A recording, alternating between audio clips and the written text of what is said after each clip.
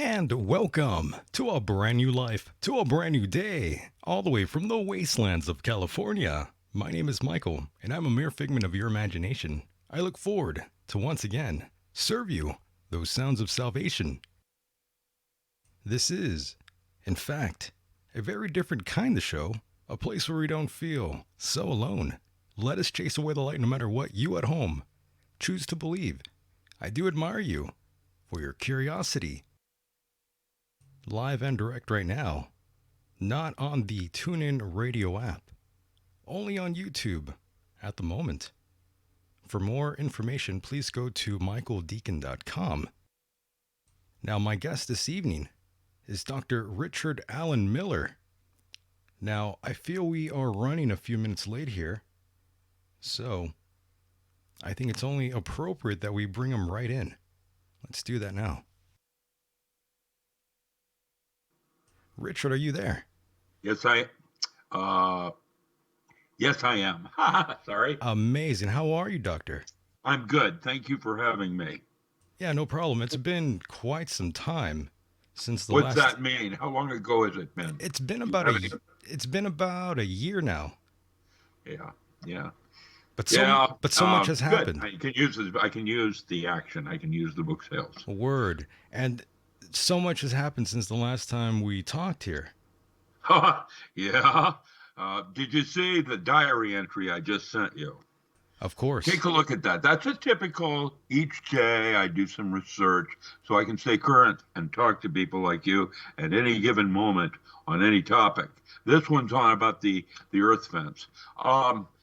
You wanted to talk about that. I want to talk about everything here with you, but before Yeah. but before we get into all these great subjects, I thought it would be somewhat appropriate to go over your background just a bit here, since Sure. you're a very fascinating character. I'm more than most anyone realizes. I'm an asset to a number of countries. I even have handlers with Putin. I'm current with the U.S. Navy. I'm Navy intelligence. I'm 74 years old. I've been working for the Navy since 1968 when I started the SEAL program. I worked out of anesthesiology. I'm a physicist. Okay, I'm a anesthesiologist. I've got a second doctorate in physics and a different field of physics altogether, plasma physics and resonant cavity oscillators. And I'm also a Jungian psychotherapist, studied with James Ullman. I'm a polymath. In my high school years, I built a linear accelerator and created particles going faster than the speed of light. Old man DuPont was there for my graduation. I've been working for him and the Navy since. I am a civilian. Navy intelligence means I'm a hired gun. They don't have anybody like me in the Navy. That's why we rule the waves. I remember when I was first in 1967, old man DuPont had come out to Washington State University, where I graduated from Pullman, Wazoo, as a physicist. I had built the first plasma jet as my undergraduate thesis. And I was like one of those kind of kids. I went down into the basement one summer, learned how to use a Bridgeport mill so I could make my own jig. Which is insane, because how does someone at such a young age inspire to do so much in terms of what you accomplished at such How a young does age? Batman put it? It is not who you are, but what you do that defines who you are. I have had a very blessed and rich life with Nobel Prize winning teachers. Shouted out to me. I got to teach with Alan Watts before he died. I studied with Timothy Leary. Yeah. I am a grumpy old man. Love Been that. there, done that. I was SEAL Team 1. I was team leader and trained SEAL Teams 2 and 3. Then the program changed. At the time I did it, we were called SEAL Corp out of Amherst. Now, regarding that, so what happened was Putin developed a handler to outreach to Matt Stein and I. And why? I don't know why. Wait a He's the minute. one that got us interested in Hold, sustainable lifeboats. yeah, hold on one moment here. Let's tell the audience a little bit about Matt Stein. Remind them that he did pass away recently. And Yeah. ironically enough, this was his last interview, and the name of the program is called End of Days, which is pretty creepy. Well, Matt was he was MIT like I was. I went to MIT also. I'm older. Matt was more linear, and what I brought was the broader dimensions of the whole big picture, and that's what I've done for the military all these years. I can tell you candidly, I don't know what's going to happen. I've got some concerns, and I have some belief systems that I think because of the evidence. I saw this last summer, my bunker has access to a satellite that has infrared, and so I saw two lava strikes in the Northern Territories in BC during this last summer. The plate is shifting. And another buddy of mine has bunkers over more on the East Coast, said they're now with tomography mapping lava from Yellowstone as far as Ohio. We're, end of days? Yeah. Actually, it was Joseph Campbell that said, quote, when you see the kingdom of the Father on earth, the apocalypse has already occurred. It's perpetual in its potential. And everything that we see is the end of days. The grid is the least of it, and probably most likely. Just some pimple faced kid in Pakistan, look what I can do. And he drops the grid on us with an EMP or the sun. The sun right now is a missile through space going through deep space in a region rich in what we call dark matter. And because it's in a solar minimum, it's no longer being absorbed by the sun. And it's going around the sun and hitting Earth. That's why everybody's in a creepy place. Astrology, astronomy, cosmobiology. I studied all of that for the military, and I can tell you the physical descriptions in physics, those laws don't last longer than 20 years. Is space real? We start with assumed truths like the shortest distance between 2 points is a straight line. How's that work? Now we've got curved space and tunneling.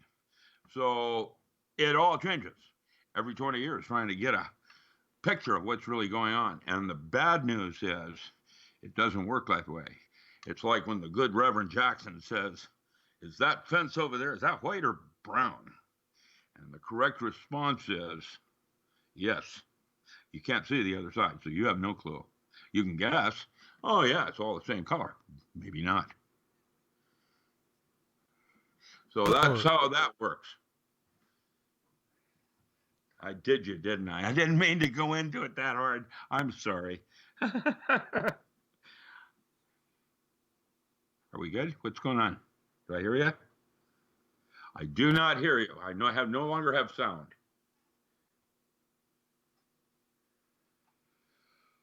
Okay. No sound.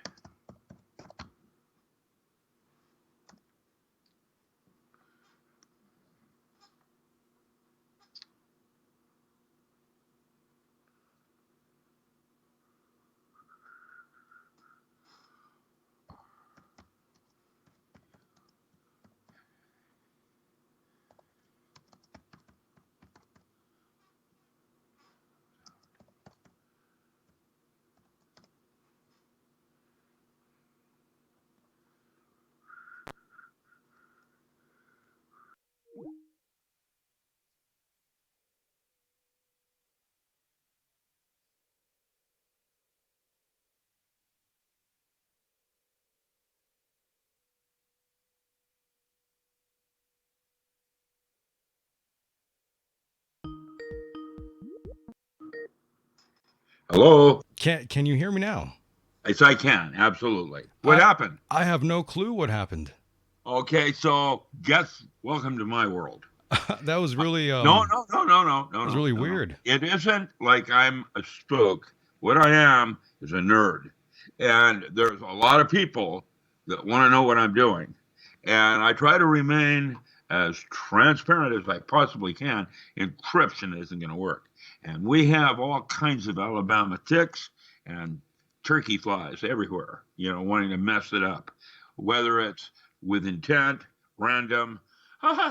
You'll never know That was really because weird.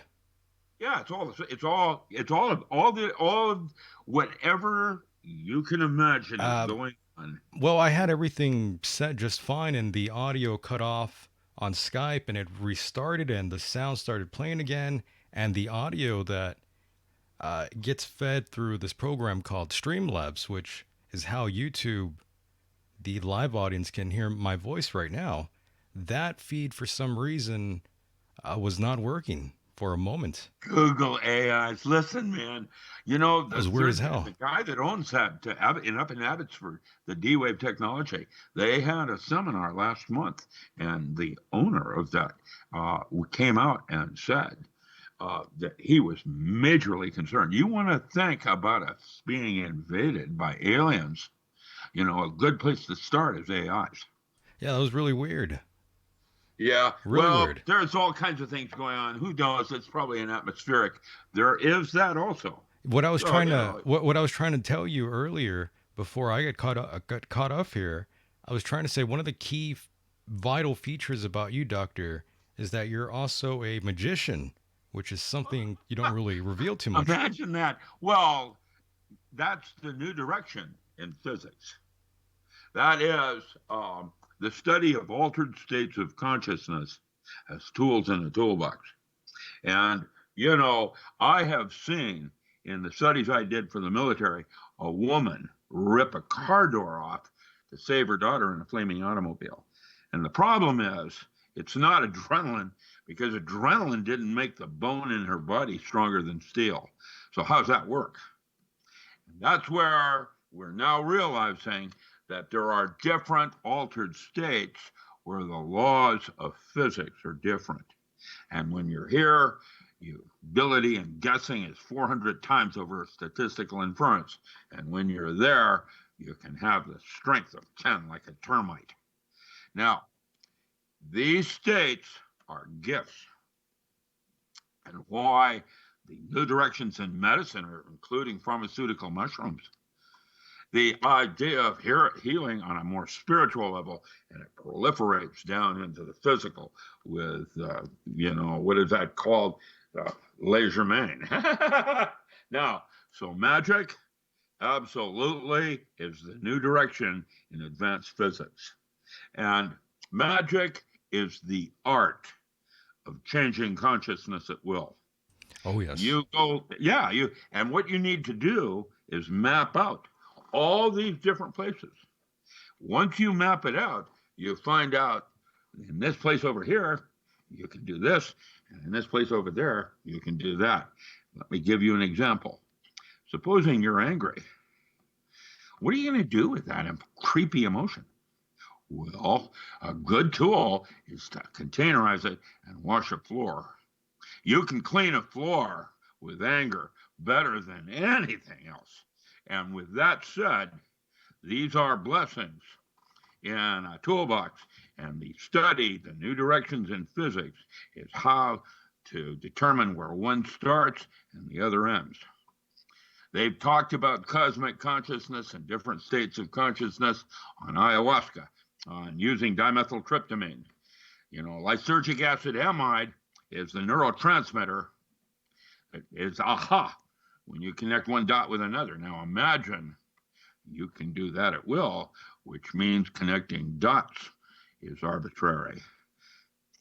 Yes, and Once you do that, now you can change the movie. oh yes, and we're gonna get into right. Yeah, now you're getting the big picture. Oh yes, we're Now you gonna. see why the military uses me.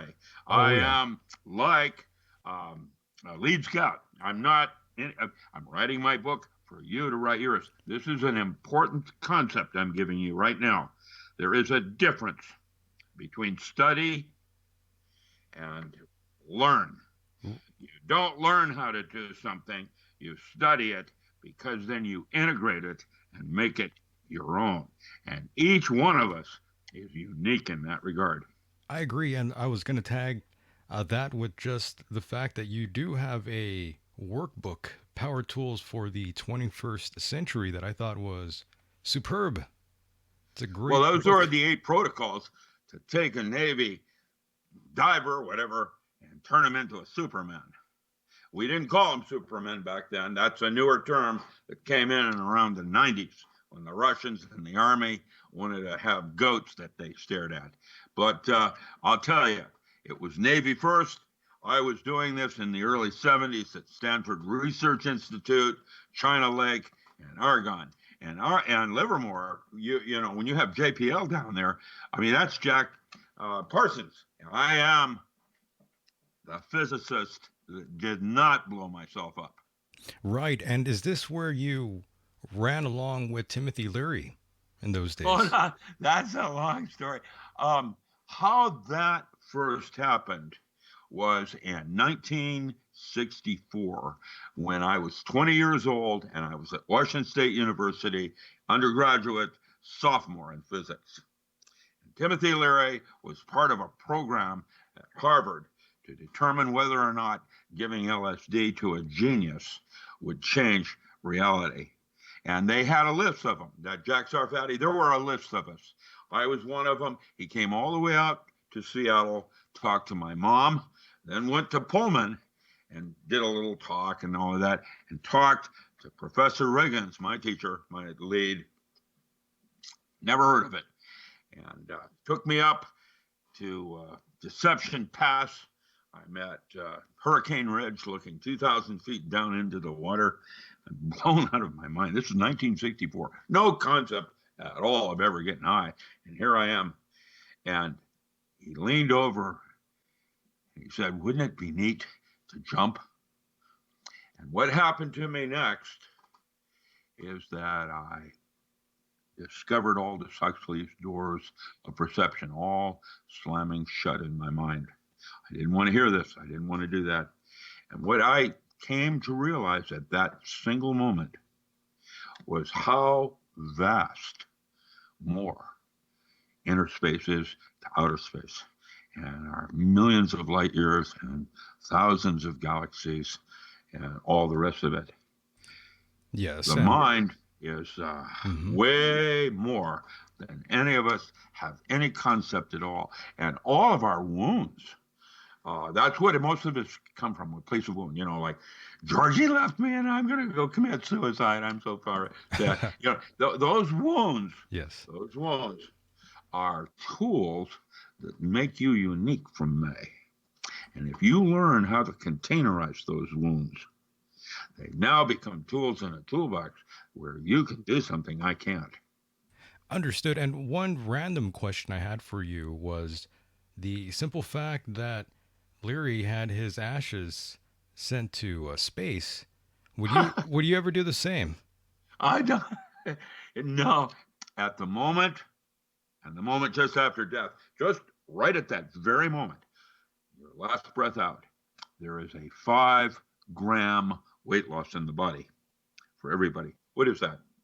We believe now, and the writings I'm doing and the study I'm doing on time travel, that this has to do with structured water inside a microtubule on the surface or off the surface of the body.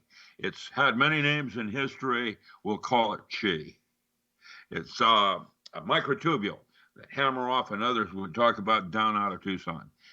You can look up and get into that OWNS thing where, you know, it's smaller resonant cavity oscillations. People are seeking comfort and things like that. Oh, concepts of the universe. I have a completely different one and think that there is such a thing as a multiverse. The math that I'm using on that, by the way, for any of you that want to go down into a deeper rabbit hole, would be Kaufman and knot theory. Now, this is all being studied at places like MIT right at this moment. I try to stay current because I'm a lead scout and I know, I don't know. I studied Hermetic Kabbalism in 1967 when I came out of grad school. What happened to me was I got assaulted by weird lodges, Bohemian Grove, whatever. I had no idea what was going on. It's Just funny you like mentioned being a teenager that. with Christianity and going to Africa. Yeah, let's hold the story there. In your early childhood, if I can remember, and I know we never really discussed this, from some of the things I read, your mother was a psychic. Mom and grandma worked for the Seattle Police Department. My grandmother was the German roller canary woman that did the Birdman of Alcatraz, uh, Robert Stroud. She was raising songbirds, and he came up with a cure, and that was my grandma. My grandma and mom were studied in the 30s by Duke University, Mm, and they were real famous psychics. They found bodies for the Seattle Police Department, that kind of thing. crazy. Um, yeah, and so I got tested in the 50s when I was in, junior high and things like that to see if it was hereditary. It's not.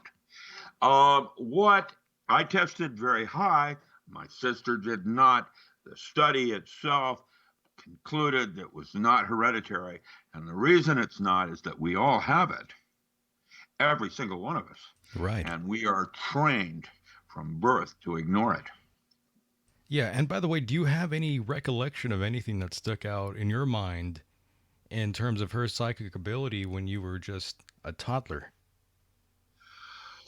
I remember I was 10 years old in bed. I was just starting to fall asleep, going down into sleep. And I was all of a sudden in the body of an seagull watching a ship go down with sailors going overboard to try to save themselves. And two of them I saw from the seagull made it to land. And I woke up, told my father it was a shipwreck out in the Aleutians, and they thought they'd lost everybody.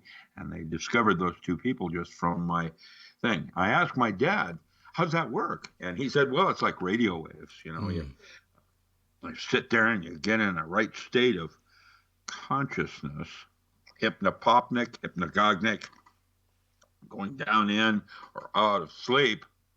And there are, by the way, different kinds of sleep states. So they're all different. And each one does something different. And when you start to do the geomapping on that, that's when you become self-realized.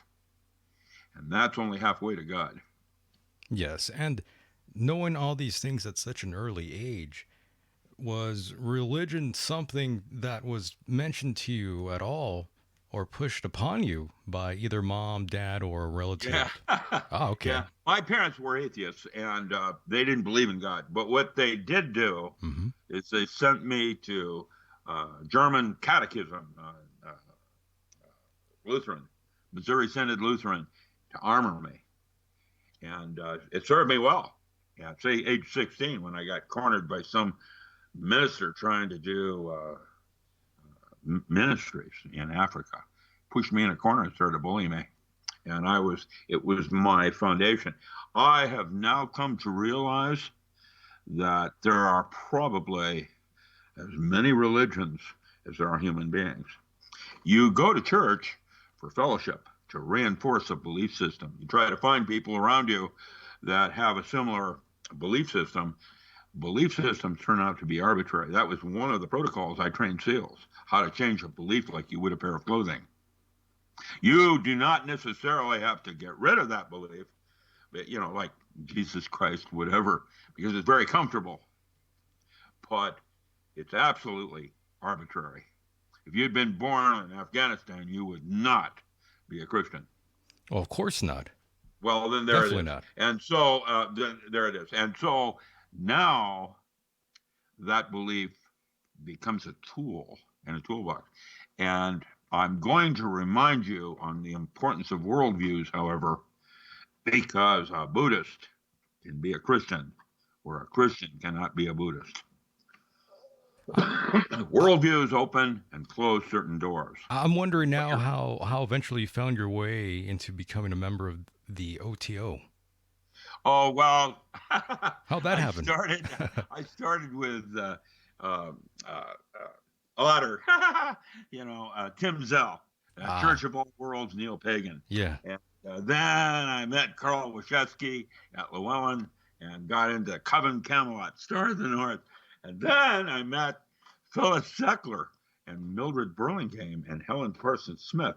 And by 1972, was writing documents for in the Continuum, the College of Thelema, and the very first the first issues, the first 10 issues, I have major articles. Grady in OTO gave me publication in Class B. That I'm the only other person in history besides Crowley to be able to write on that level. And that's what I do as a scientist. And science doesn't have the answers any more than religion. In fact, you could say it like an hourglass in your brain. You have two brains.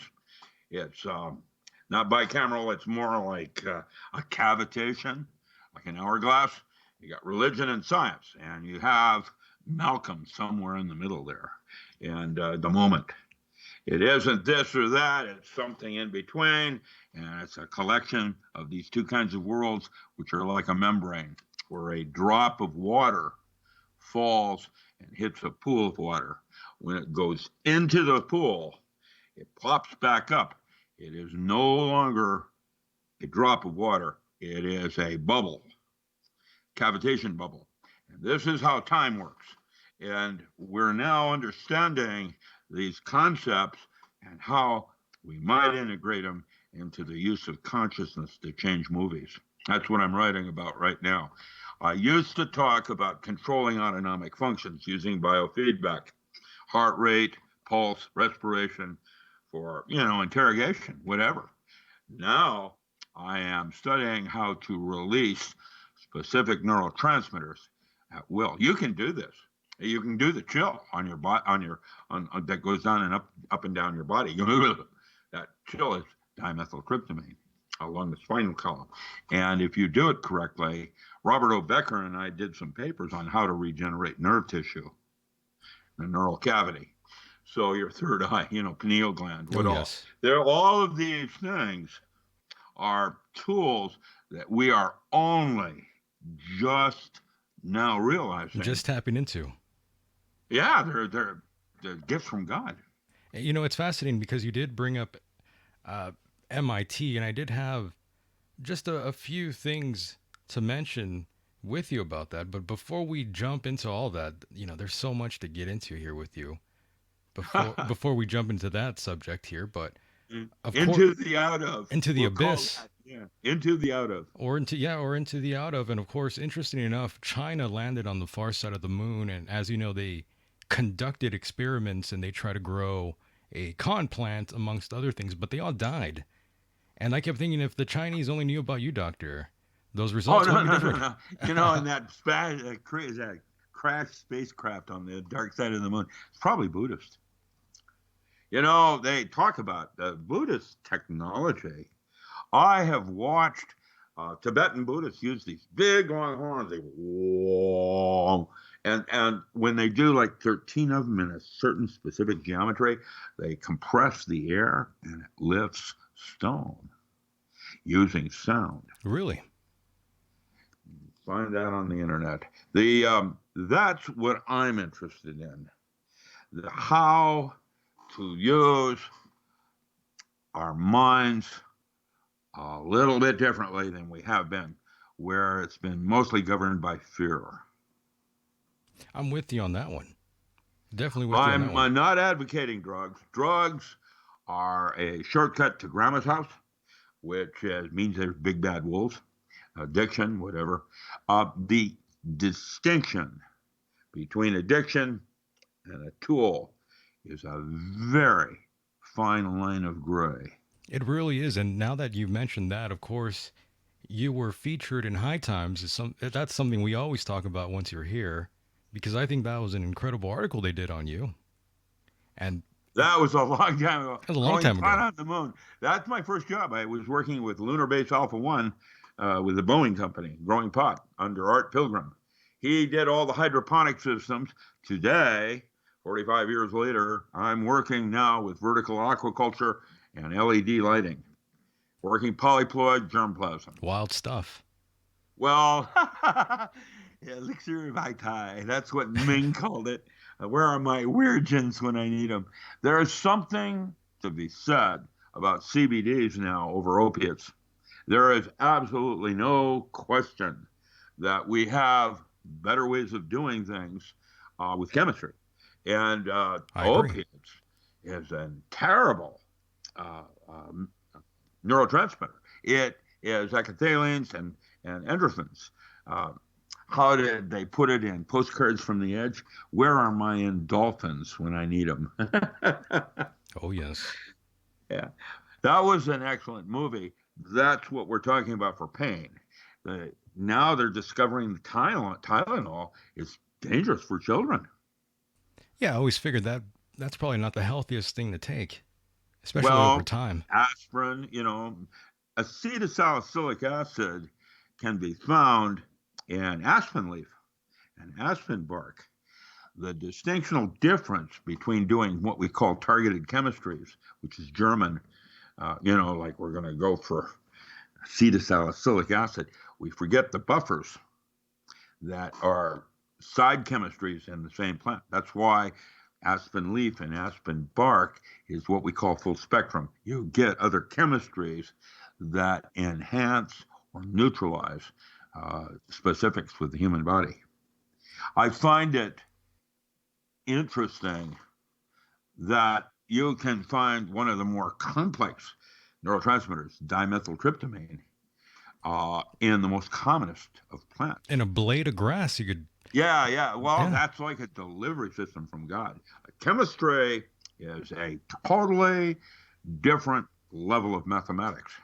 And I believe that this is why we're now studying altered states in physics as an advanced form of physics. Yeah, it's all coming together. And one random question: are you still growing any of those beautiful ladies out there? Is that Oregon? Get a grip, man. What do you think? I've been doing this for 30 years. Of course, I'm growing my own. Of I grow course. my own herbal pharmacy. When the grid collapses, where are you going to get your blood thinner? That's true. And And you don't want to use warfarin as a rat poison. What are no, you of going to do? course not. You can use pharmaceutical mushrooms that have uh, what is that? It's an enzyme, cloitinase. It's nitinase and cloitinase, which I used on my last hip surgery. I have titanium, by the way, in every single limb in my body. I have seen my tours as a Navy SEAL, Oh, yes. and I make a lot of noise when I go through airports. I'll tell you. And by the way, Doc, That's. Are you still lighting up? I've got one right here. What do you mean? Yeah, but Yep. I mean, are you still preferring Okay. sativas or are you still with the indicas? What's going on here? So that's Denzel Washington and A Man on Fire. When you're inflamed, you are closer to purpose and your reason for being here. And here's a secret that nobody has talked about yet. When you're doing purpose, an AI can't predict what you're doing. It only works from wounding. That means an AI right now is being deployed in Chicago to predict future crimes 28 minutes before they occur, based on wounding. Once you get a grip and evolve to the next level of taking that wound and making it a tool, an AI can't go there because you're transparent. You're doing what you're supposed to do. You're not what Aleister Crowley would say. You're doing your true will. You're not in conflict with anything. It's called the flow. Yes. And amongst other things that people have been wanting me to mention here on the program, and they want your opinion on this, in terms of technology, 5G technology is something people have been talking about nonstop. Do you have any thoughts and It's opinions on yes, that? I do. Well, that's that paper. There it is. The Earth fence. It's using 5G. That is toxic. The Paradise Fires was a bunch of smart meters going ballistic, like they can, and that's why PG&E claimed no contest and are now going to court for murder. There will be individuals doing hard time for murder using 5G technology. And that's out of paradise. And so what's happening now everywhere, it just happened in Curry County here in Oregon. The smaller towns like Kutati are now outlawing it, absolutely. Not allowed in their community, period, end of story. 5G is an endgame weapon, and I can run it down exactly how it works. It's once 5G, a smart meter is on your box, they no longer need law enforcement. They can use an AI to target someone specific in your household. They have your DNA and identification from your garbage, and now they can target individuals. And they beta tested the drug part of it, working with antipsychotics in prisons. Prisons used to be totally into opiates, and now all of their prisons are into antipsychotics. And this was the beta test on antipsychotics. Then they gave those to kids in high school. And then 1 out of 5 was unstable. You have a handler, Wow. becomes a second shooter, taps them with scopolamine, puts voices in their head, 5G technology, and now you have a weapon. That's a very dangerous drug for those that didn't catch that. I'm on this. I've written about it. That's what I do for the military. I was part of the 5G studies with synthetic telepathy back in the 70s. I ended up going to Broom Lake for a small tour. I went down to Level 8 and met Krill, and I couldn't understand how this entity could talk to me in my head. It turns out the temporal lobes in your brain are subject to 5G. It's actually 0.3 to 3 gigahertz. It causes them to heat and ring, and then you can heterodyne voices onto the carrier wave and be able to hear voices inside your head. Good Lord. And you can do that subconsciously or subliminally, so it's like you're talking to yourself, and you're not sure where your thoughts are coming from. Yeah, that's pretty wild stuff. It's the next stages in Travistock. And of course, this is technology. You don't think they're going to ignore it. It's like a dog licking its balls. Why would it do that? Well, because it can. That's the first thing. You immediately, how did Merlin put it? Anything not specifically forbidden is mandatory. If it's possible, you can count on it. You put a smart meter on every home. How many people are antipsychotics in your neighborhood? There's your law enforcement. There's your weapons. They don't need National Guard anymore. They use a smart meter delivery system. I am very concerned. I'm outspoken on it in this earth fence. Look at that. It looks like something out of, what's that, Quillman, that, I forget what they call those movies where he was pincushioned. Man, he's got pins in his face. Hellblazer, there it is. Right out of the movies. They're going to do the earth like that.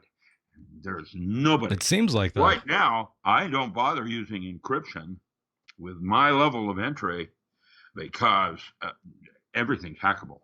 Oh, there's nothing safe online. And by the way, I just wanted to quickly tag on to the whole 5G thing. I did randomly see some article about the new 5G LED street lamps that were causing nosebleeds and insomnia and cancer. It has an LD50 ratio. That means with certain levels of exposure, 50% of the population dies.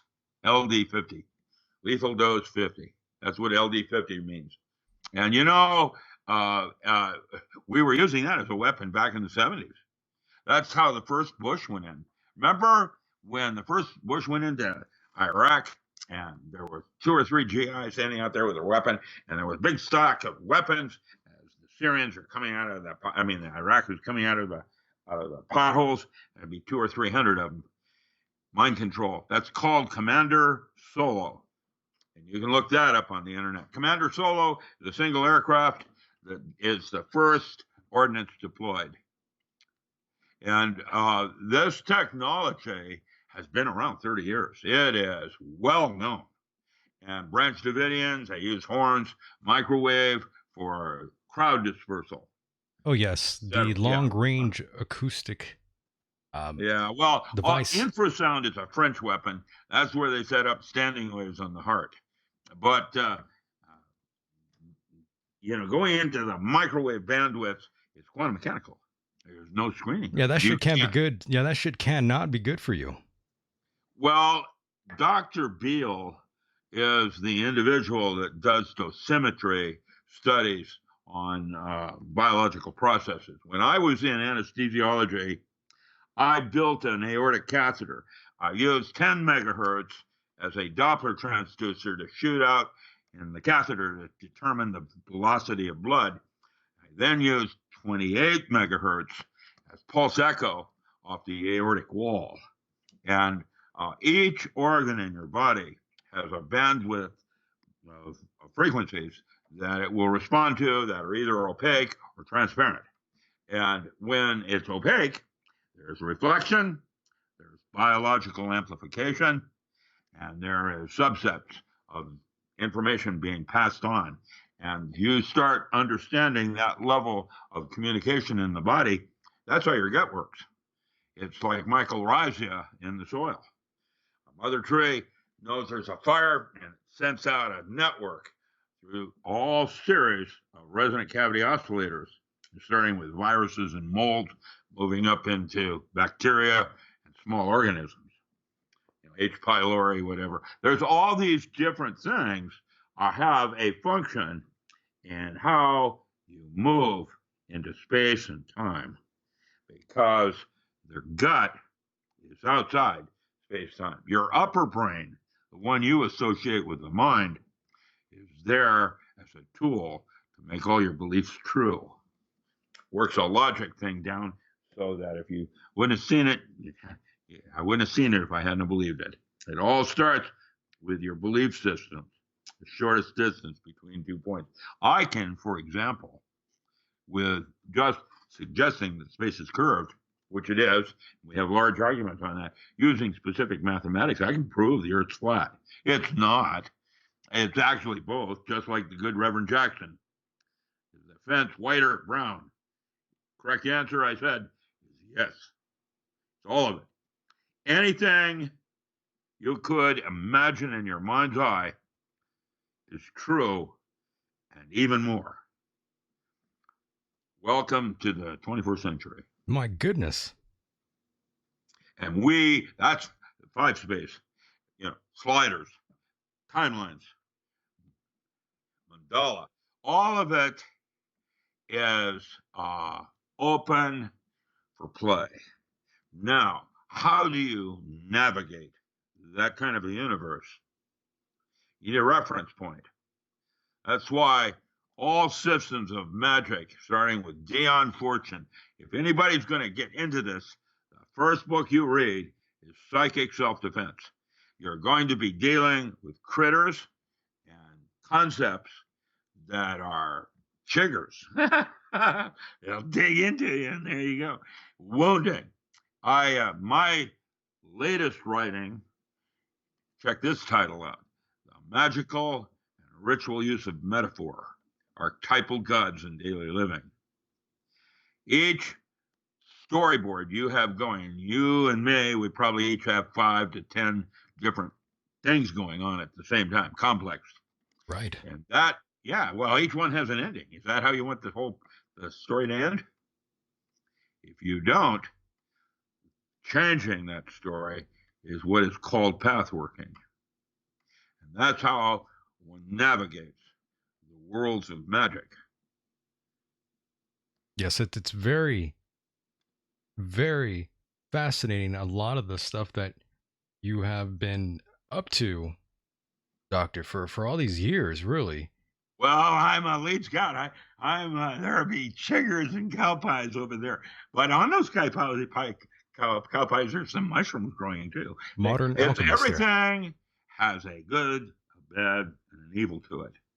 Everything. Are you still also consuming the psilocybin? No, I no longer need to do that.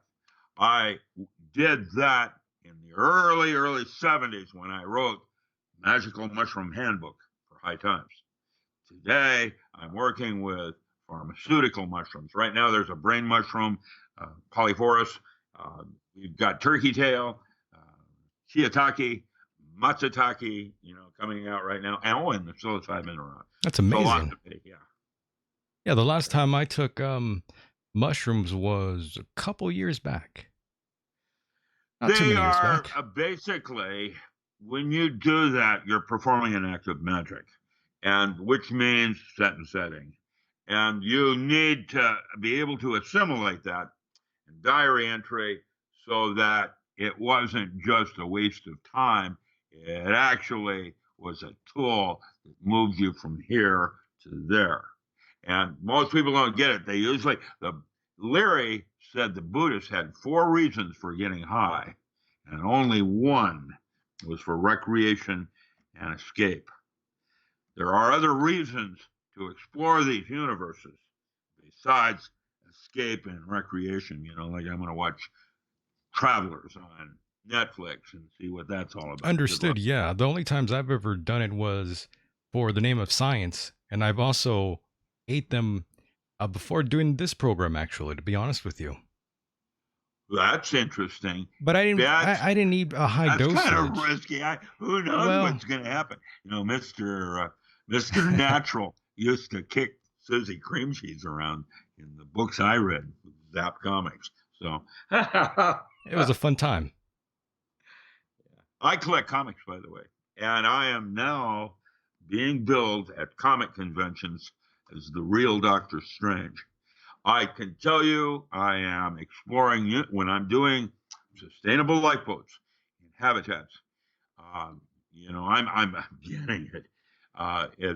There's something more going on here, and black goo, self-organizing. That's the definition of what life is. I actually refer to you as the real Doc Brown and the real life Yoda. Yogurt, yeah, yeah. My gun you may have after I give you my bullets. I will. Right. Never say surrender. Never. That was Galaxy Quest, another one I loved. Uh, I know. I like to bring back the imaging in your mind's eye, because if I can get there with you in my communication, I've what net now it's yours, and that's where it's at. It's not my words. It's not the concepts. It's the ability to create something sacred, going from the profane into the sacred. It becomes timeless. That's a real. That's where you're on fire. A man on fire, inflamed, is what Crowley called that. Where what you're doing is so exciting. How could you not do it? Oh yes. Oh yes. Oh Indeed. yes. Oh yes. Oh yes. By the way, Exactly.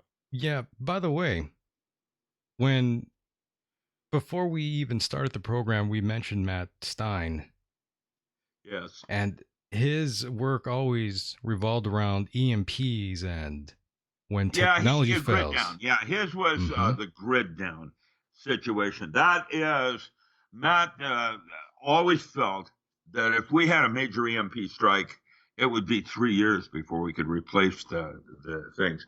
I have workbook 2 has Matt's article on that in there in the appendix. I think he's right.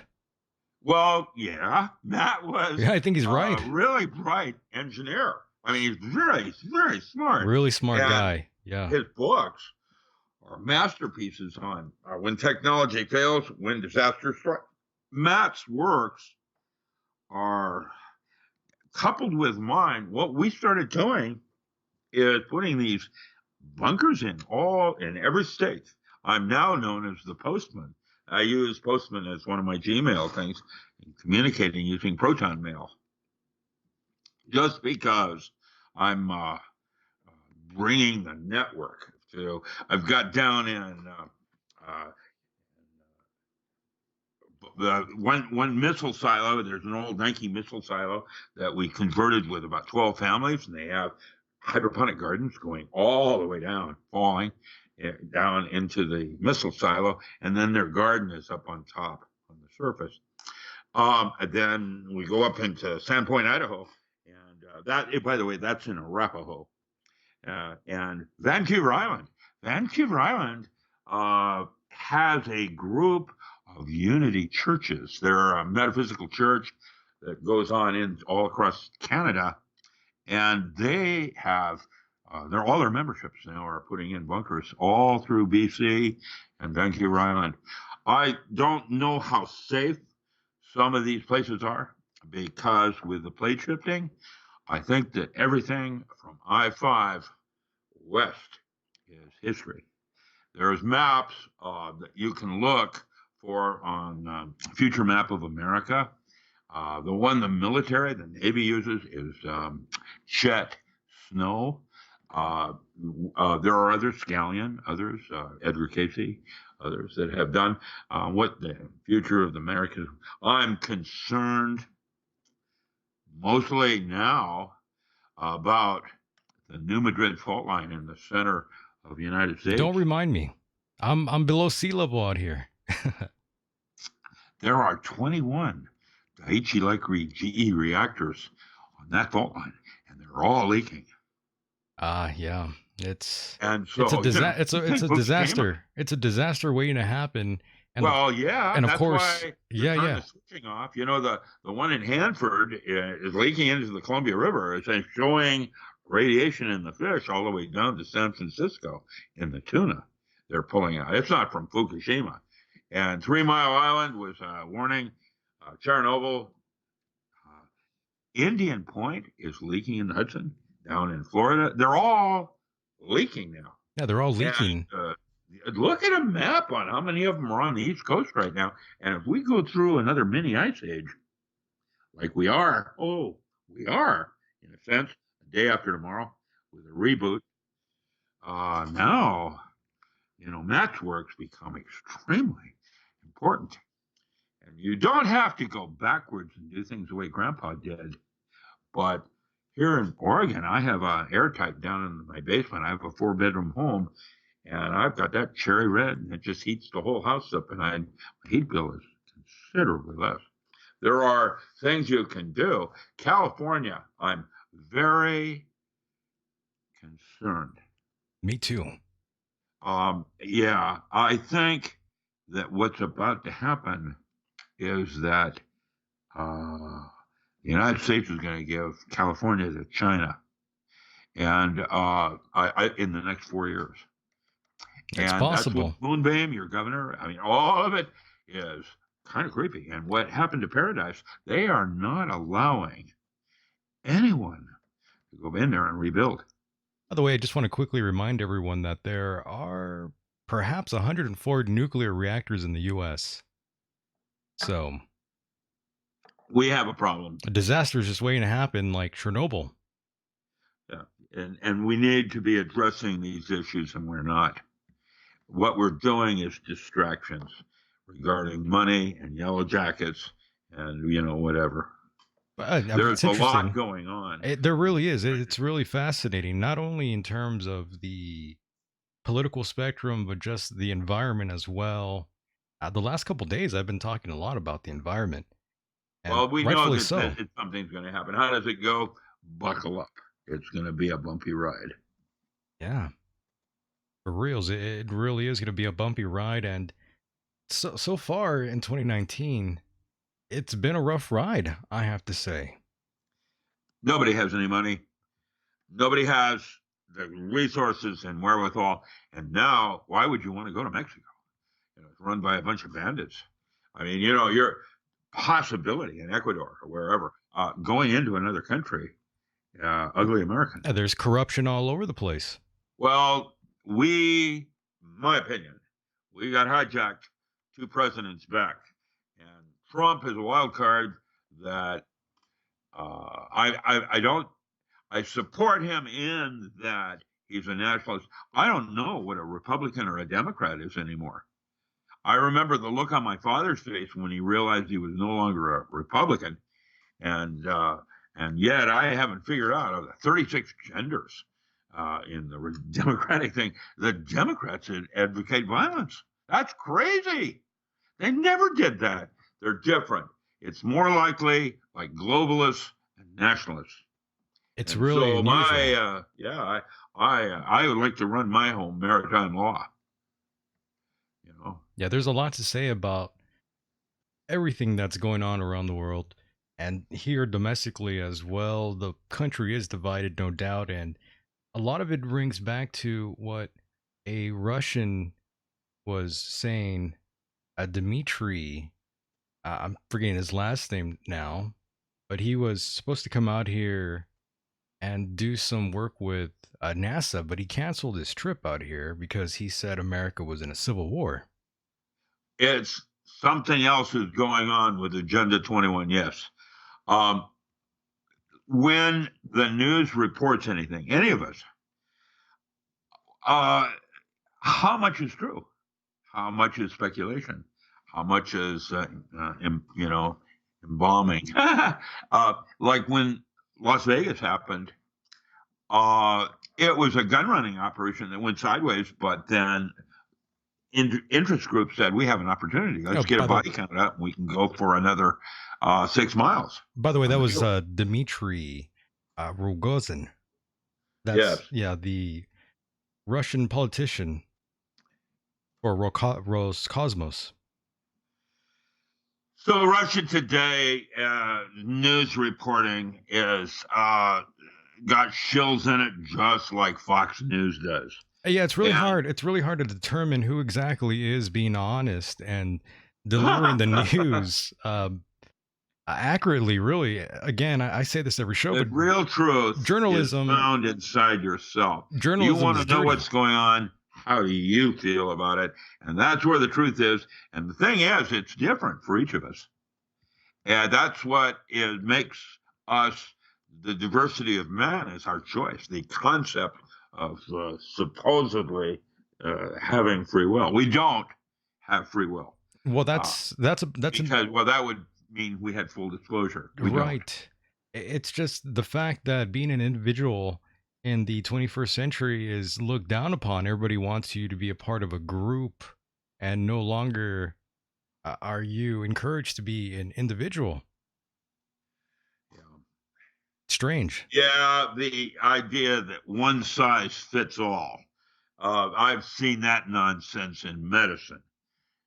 You get over a certain age, and your blood pressure is supposed to be here, or we're going to have to put you on meds, and that has to do with Social Security and the way of getting into your wallet with Medicare and government programs.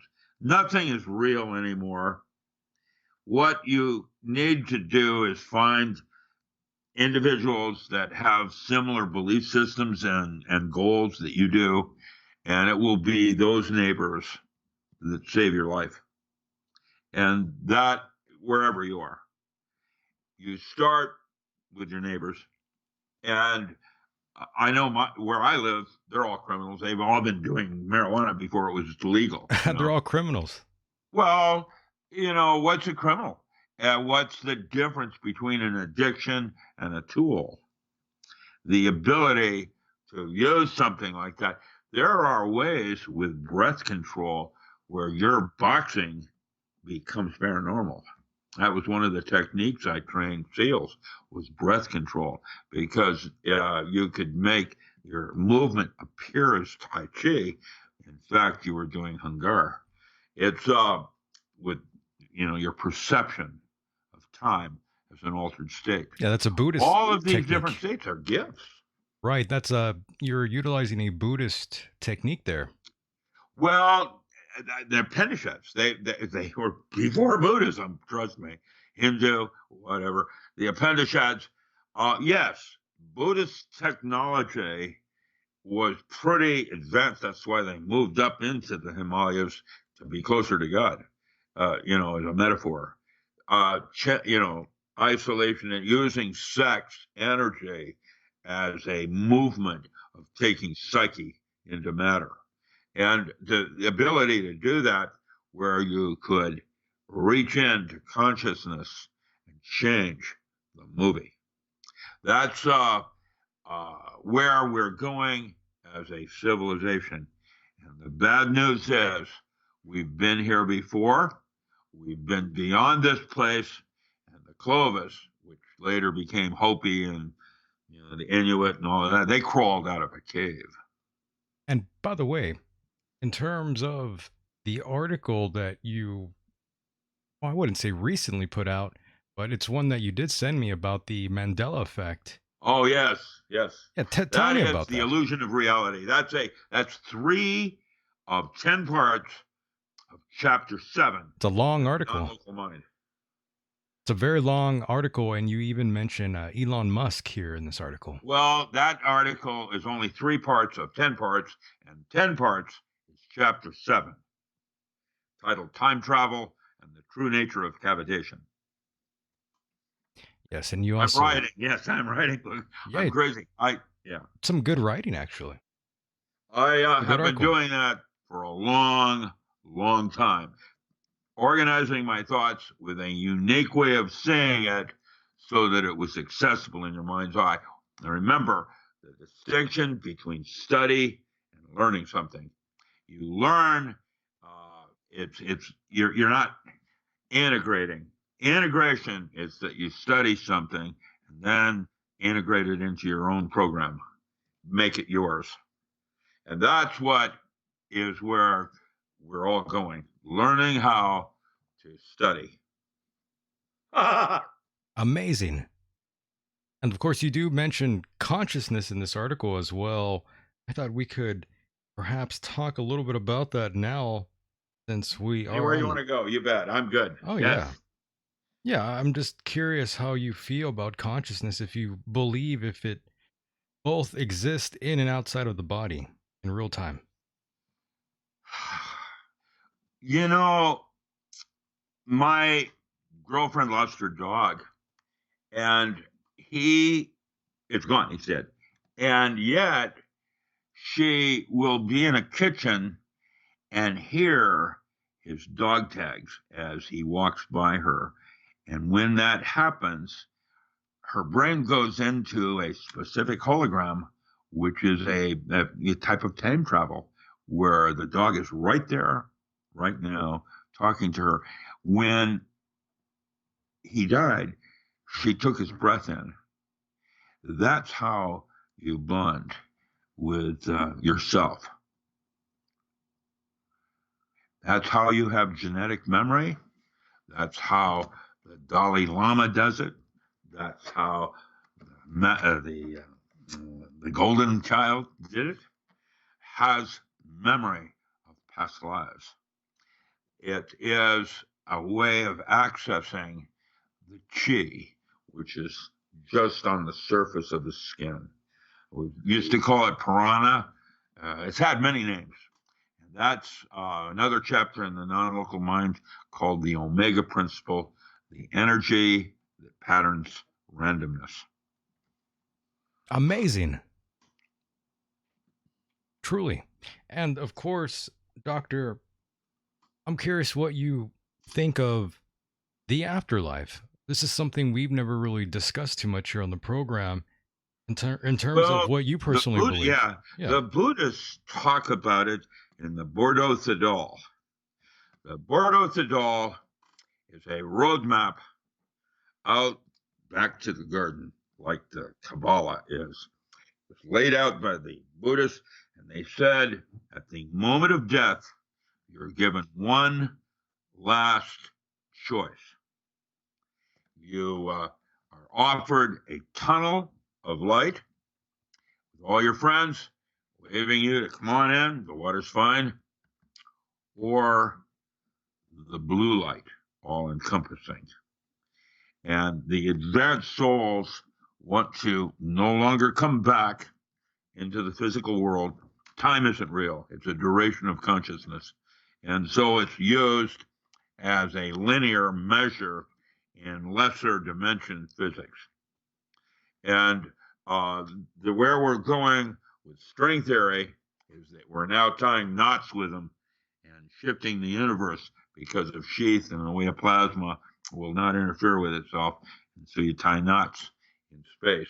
This comes out from membrane physics, where you have a drum and you have a membrane floating on it. That's you.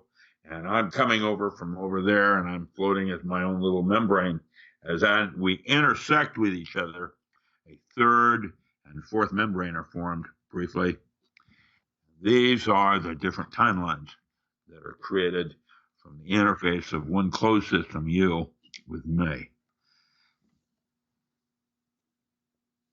Now, once you can envision that as a model in your mind's eye, it opens doors that allow you to change the movie. And that is why that single moment in 1964, did I jump or did I not? And the correct answer was yes. I feel that our consciousness continues after the brain and body both It perish. is the stag and the unicorn and the fourth soul and spirit within matter. That's the modern alchemist that I wrote 10 years ago, 15 years ago. 15 years ago, I wrote that book. And here we are, full circle. Well, I'm Amazing. trying to talk about where we're going.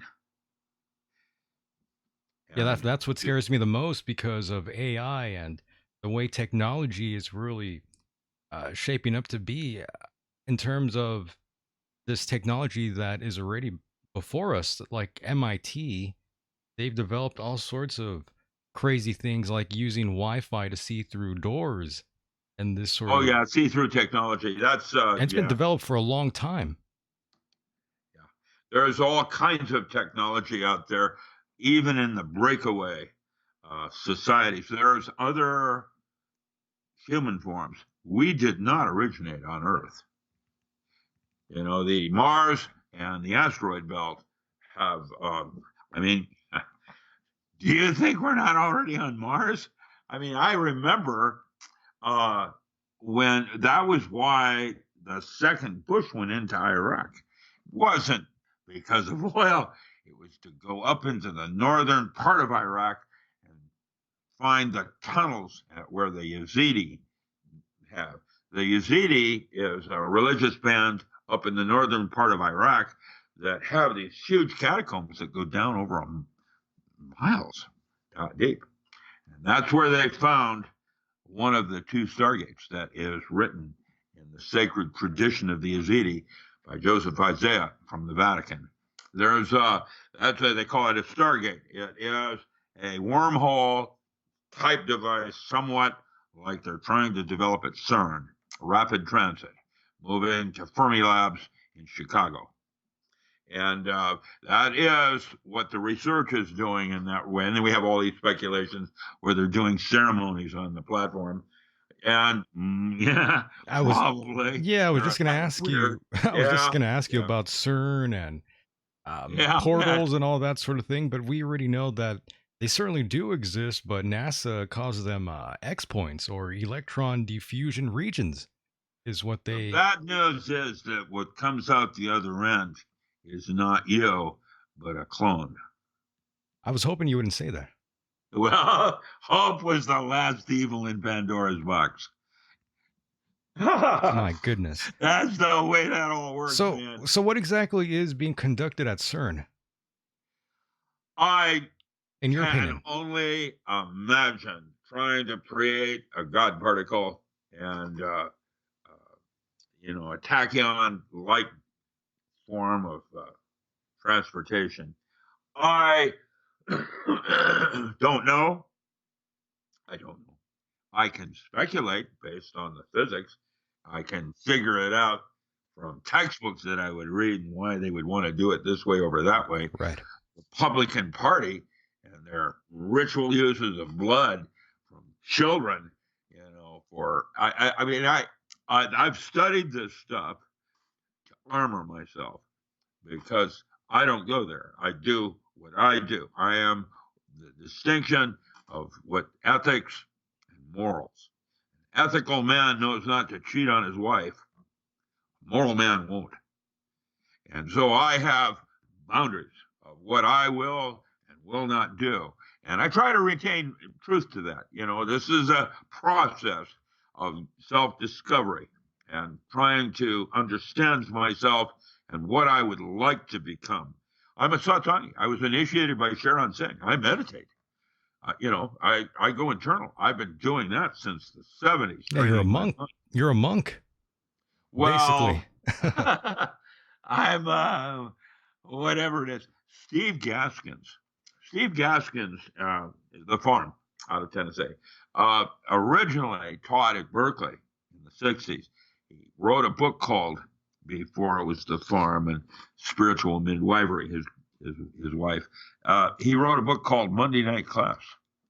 And he walked in the classroom in Berkeley, drew a circle on the blackboard, and he said, it may not be a perfect circle, but it is a perfect whatever it is. Uniqueness in that sense of it. And that is what we each are.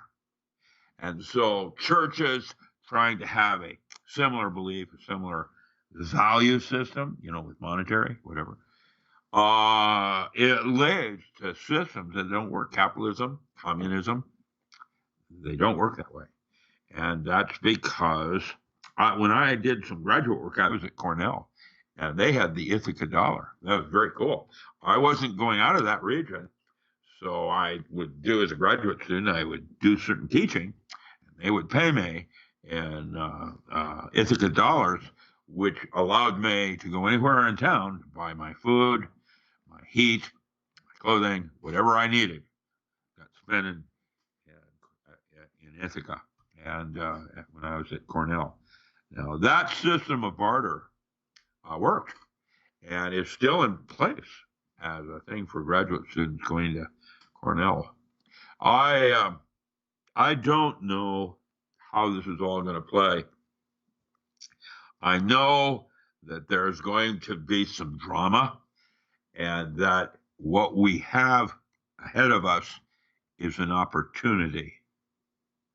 And if you choose to see it that way, in terms of IQ is survival coefficient, then EQ is a more advanced form of IQ, because your emotional plane is more detail about the physical, how you feel about it. And so we are becoming emotional bodies that have a sense of dimension, each of us. And as we explore this, that universe will be called magic, the art of changing consciousness at will. Amazing. And of course, I did want to get your opinion on this one ethical question here. A Chinese scientist is in fact facing death for genetically modifying human DNA. And I believe what he did was that he altered the DNA of twin girls to be HIV resistant. Now, do you feel that was a bad thing or a good thing? You mean, was it Christian or pagan? Correct. Because, yeah, when you deal in absolutes, and my daughter used to do that. Daddy, I love this, and Daddy, I hate that. I used to say to my daughter, I'll bet I could find something you hate even more. And that, talk about preference. Oh, yeah. And that's the yin within the yang. And that's the idea that the one becomes the other. Well, this guy's just like radiation. Oh, it's a double-edged sword. Yeah, this guy's facing the I think he might have been facing the death penalty or something along those lines. And what he's saying is that he truly believed, not only for this case but for millions of children, they need this protection since an HIV vaccine is not available. For this case, I feel proud, and that's what the doctor said. He also has somehow lost his research notes on how it all works. Isn't that interesting? That too. Plausible deniability, I believe, is the word they use. That's wild, though. Yeah, the whole thing is about politics, and why I chose not to go into politics and remain a nerd. And as such, I've become an asset for a number of different countries. What I want is to be, favored. Survival. I'm important, so I'm going to be one of the last men standing. Well, I shit. can't Well, leave. shit, Richard. If you stay alive a couple more years, I'm sure there will be some sort of technology to further extend your life for another 20, 30 years. I'm sure. Already working with There you go. fullerenes and structured water. Absolutely. I will be on my website. I'm garnering what I call superfoods. Right now, I have honey being grown in shungite for sale. Yeah, you're not gonna die. Imagine You're that. not dying Yeah. soon. You're not gonna die soon yet, Richard. I already know you. Yeah, I know. It has to do with clinical approach to the aging process. Every single form of way we measure aging is reversible. Every single form. And that is Ward Dean and his biological aging. He is Surgeon General for the Marine Corps. He wrote a book called Biological Aging Mechanisms, Clinical Approach. That means he went out to all the different universities in the world and how they measure aging. And the conclusion at the end of his book is every single process, including the fraying of telomerase, is reversible. Yeah, that's very This fascinating guy being stuff. put to death in China is a political thing. And China, we don't even have death penalties here, mostly in the United States anymore. You have to be a serial killer multiple times, blah, blah, blah, blah, blah. And even then, they get commuted to life or whatever. I don't feel I have a right to make judgment on another. So Yeah, from I hear that you. point of view, Yeah, however, you attack my daughter or my family, eye for an eye. that's a different story altogether, Well, indeed. it's personal, what we call maritime law, survival. And Right. that's the difference between Hobbes and Kant in philosophy. The natural forms of incurring moral obligations on another person. In other words, I will stop swinging. I have a right to swing my fist anywhere I choose to in space. I choose not to swing it in your direction and would hope that you would incur an obligation for you to do the same for me. This is the difference between natural and civil law. Oh yes. And of Give course, up rights. Richard, I did want to ask you, of course, about the whole media frenzy in terms of the whole government secret UFO program. Oh, yeah, breakaway. It's most likely true. Run. I mean, they were. Okay. Let's start it this way. I have been to Antarctica for the government. I saw the Nazi base there. Where is that in history books? Okay. So we know that something must have happened. If it weren't at Roswell, something happened somewhere because the Foo Fighters that came out, Admiral Byrd, we didn't even have jets back then. So were those alien or were that reverse technology with German? And the correct answer is yes. That's how it is. Anything you can imagine is true and more. If I don't do anything else, everything. The conspiracy part is, and here's the bad news, you're probably never going to know what really happened. That's what I'm afraid of the most. A lot of these things that we get bits and pieces of information, maybe 20, 30 years way later, but we don't even get any of the true facts. For instance, a great example of that would be the JFK assassination. Through Trump, many individuals thought he would be the guy to give us the smoking gun here, but that hasn't been the case.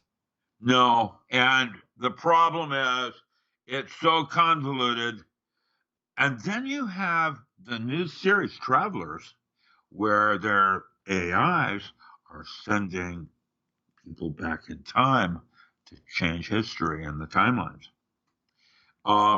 Is that true? I have told you that Hollywood, if she could. I, don't believe a word of any of it. Before we had uh, uh, 3D printing, it started with replicators on Star Trek. Technology springs from our imagination, and that's why we have Hollywood, and why that is a front or centerpiece for Travis stock and controlling the minds of civilization. I agree. Um, the mind, you're able to manifest so many different things to fruition for many individuals out there, and you're an example of that yourself, Richard. Well, there's techniques that are more efficient than others. I use hypnosis to map out the depth of hypnosis and trying to find where one altered state merges with another. And I have now come to the place where I can, at will, with my mind's eye, for a brief moment, be like I'm tweaking with the strength of 10. I can go into an altered state and know what's going to happen next. I can have, at any given, and what I'm doing now is, instead of doing that with body functions, autonomic functions in my body, heart rate, pulse rate, brain waves, galvanic skin response, temperature on my fingertips. That was what I did 45 years ago. What I'm experimenting now is geometry in my mind's eye to release that, that chill. Now, you can all do it by just thinking about it. How can you sustain it? Some people take drugs. It turns out lysergic acid diethylamide, LSD, is a toxin. And when you take it, 300 mics, your body freaks out. And that LSD is broken and down into salts in the urine within 30 minutes of ingestion. And the next 20 hours of hallucinations are from your own body chemistry. What you have essentially done is homeopathy, where you take a small take of something, and your body overreacts with its own similar look-alike chemistry. And now you can start to do that at will, like someone that's been meditating for 30 years. You can fine-tune how you take psyche into matter. It's weird that you mentioned that, because you just reminded me of every time I would take a larger dose of psilocybin mushrooms, I would get this really strange feeling in my body, kind of like, almost like when your foot is falling asleep, almost like that, except not the paralyzing type feeling. Yeah, that's psilocin over the psilocybin. Those are two chemistries that you're found in your psilocybin. Yeah, you feel There's that. norbobiocystin and other chemistries in psychedelics mushrooms that are now used in microdoses, to heal the spiritual part of depression that then proliferates down into the physical body as health.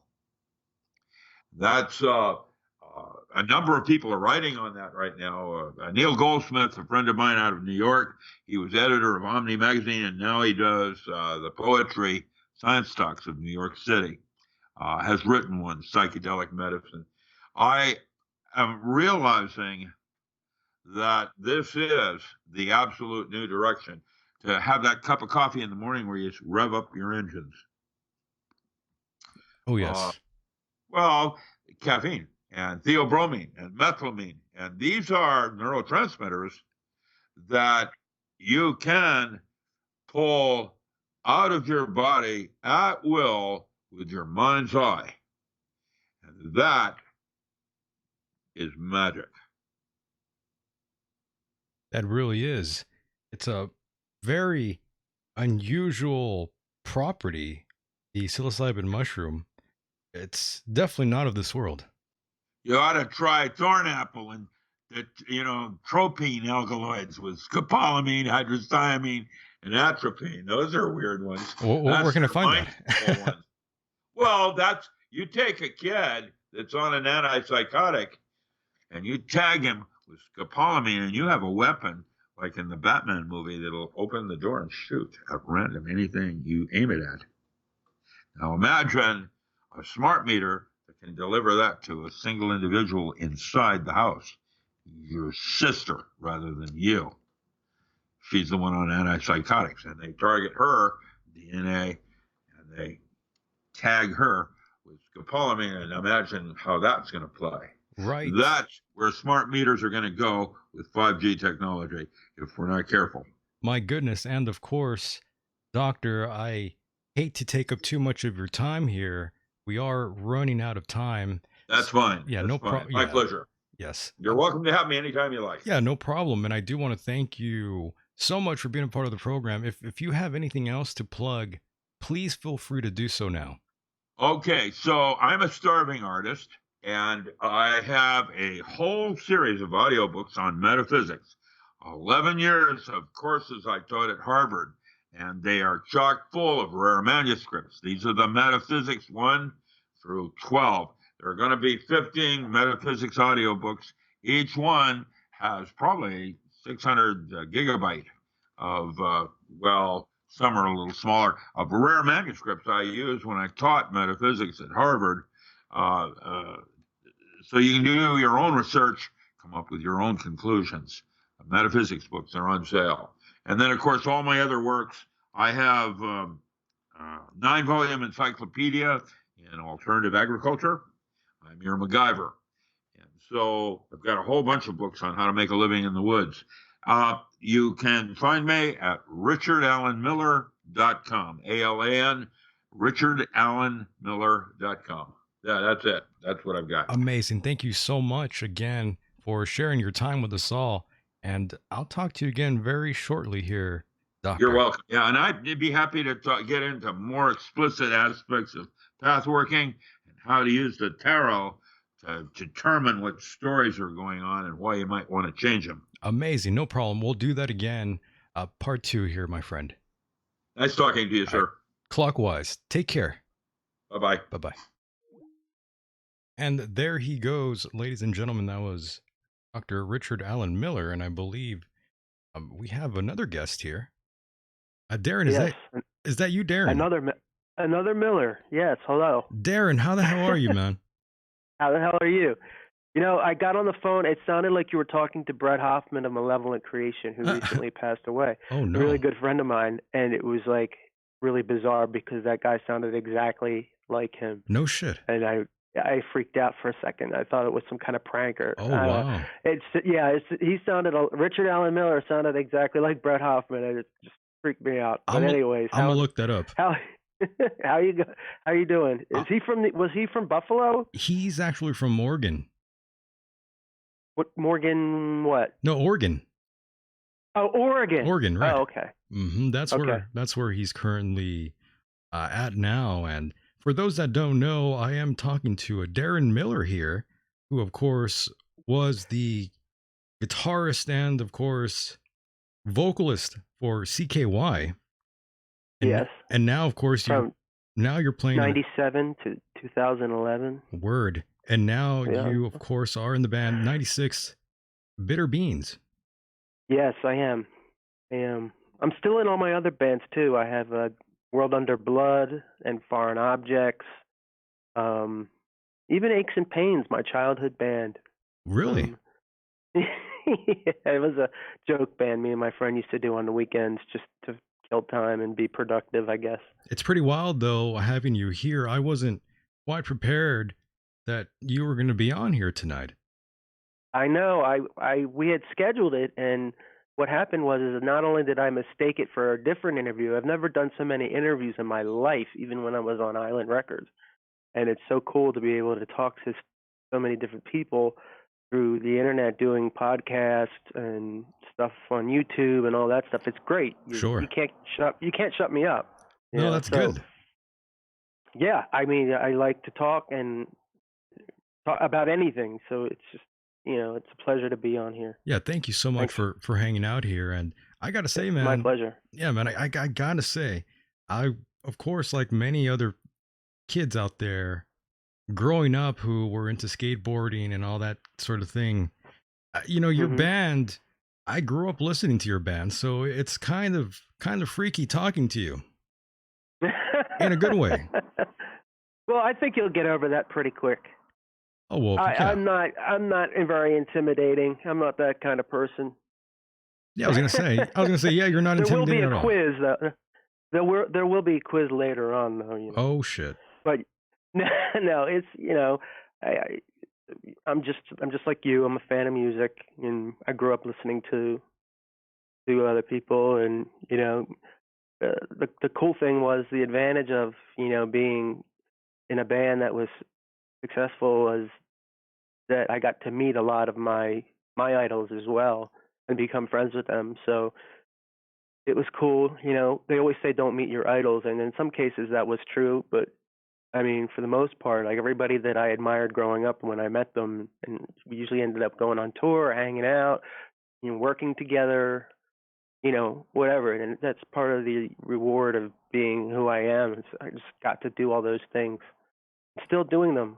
Yeah, I agree with you on that one. I have met a number of people, and I even brought them on here a couple times onto the show. Hmm. People that I admired, and I have met, people that I liked throughout the years growing up. I have met them in person, and they all turned out to be really good people.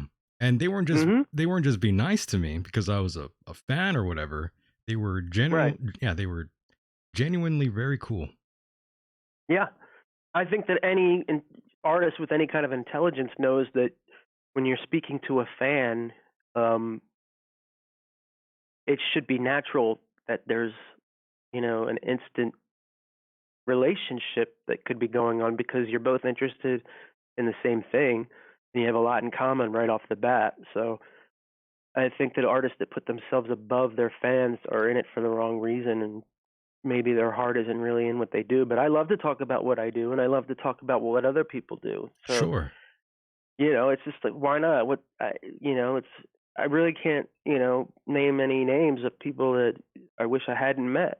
Paul Stanley was awesome. Meeting him was cool, and meeting Peter Criss and even Gene Simmons, um, James Hetfield, Lars, uh, and Kirk, and you know Dave Mustaine was a little bit awkward, but Well, that's Dave, he's in a, yeah. you know, But Gary Holt from Exodus and Slayer, and the guys from Slayer, and all those guys, they're all really cool, and I'm happy about that because I even though it wouldn't have an effect on what I think of their music, because their personalities don't have anything to do with why I like their music, but it's glad that I can like them personally and like their music. which is rare these days for Yeah, musicians. definitely. Yeah. You The definitely music out there is, whoa, I don't know. Yeah, I well don't you know definitely you what's going. definitely come across some pretentious individuals as well, so Yeah. that goes along with the turf. But I don't really listen to very much pretentious music aside from maybe Flaming Lips or My Bloody Valentine or something, but I've never met those guys, so Yeah. Right I on. wouldn't be able to judge that. Yeah, and But I and still love them. I hear you. And of course, for the listeners out there who have no clue who you are, I thought we could talk a little bit about the band CKY for a moment here and how all that came together for you. Well, all I ever wanted to do with my life is I wanted to make a living off of doing music, and I started really, really early. Um, Loved guitar, but of course I had to start on a piano because parents didn't want to buy me a guitar. Eventually, I ended up with one, and just loved it. At first, I wanted to play bass, but they told me if you play bass, you won't be able to play guitar. But if you play guitar, you'll be able to play bass. So Are you that able ended to up being are you being able to true. are you able to play piano now? A little A bit. little bit. If I sit down with something for maybe if I want to learn something intricate and I sit down with it for maybe 4 hours, I can learn it and come off as a piano player. But if you ask me to sit down and play something, it'd be chopsticks or the Halloween theme. I mean, that's about it. I was gonna say I Now, could. I'm not. I was just gonna Yeah, I'm not. quickly say, you were like Elton John. I guess. I mean, he's an amazing piano player. Oh, well, it was a joke. Him and Billy Joel. I mean, but just guitar stuck, and I just played the hell out of it. It's all I ever did. Amazing. And of course, it was in '92 when you formed Foreign Objects, correct?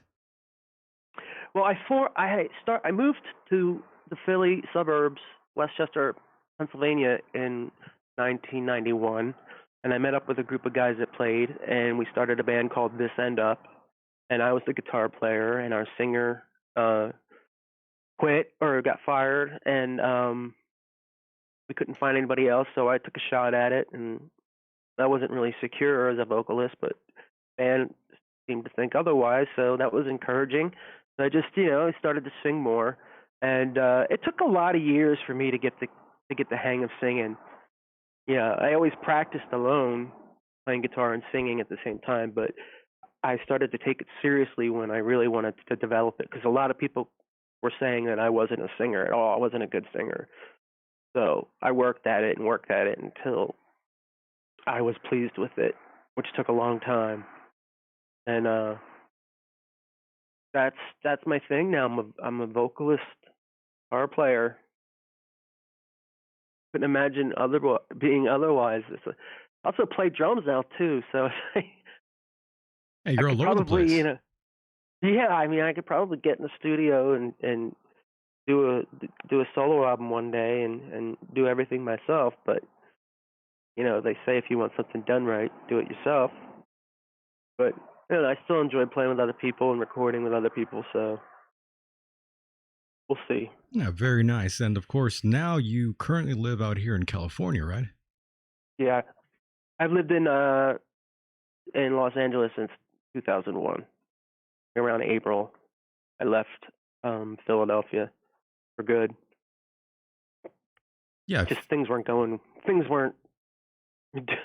very well. I had always had the dream of moving to California, like a lot of other people, and got an apartment. It was 7 of us in a 3-bedroom townhouse. Then I bought a house in Costa Mesa, and now I live like close to Magic Mountain. Yeah, And much more different than where you grew up, I can imagine. a lot different. Hell yeah. Yeah. And And people are different in good and bad ways. I mean, the difference between good people here overwhelms how the different it is with the bad people back east. I mean, they're just it's totally different. totally different. A lot of people back east don't know much more about where they live and what they can accomplish or what they try to accomplish, and it's just easier to be in Los Angeles to do What you want, whatever. yeah, what you got to, What especially music.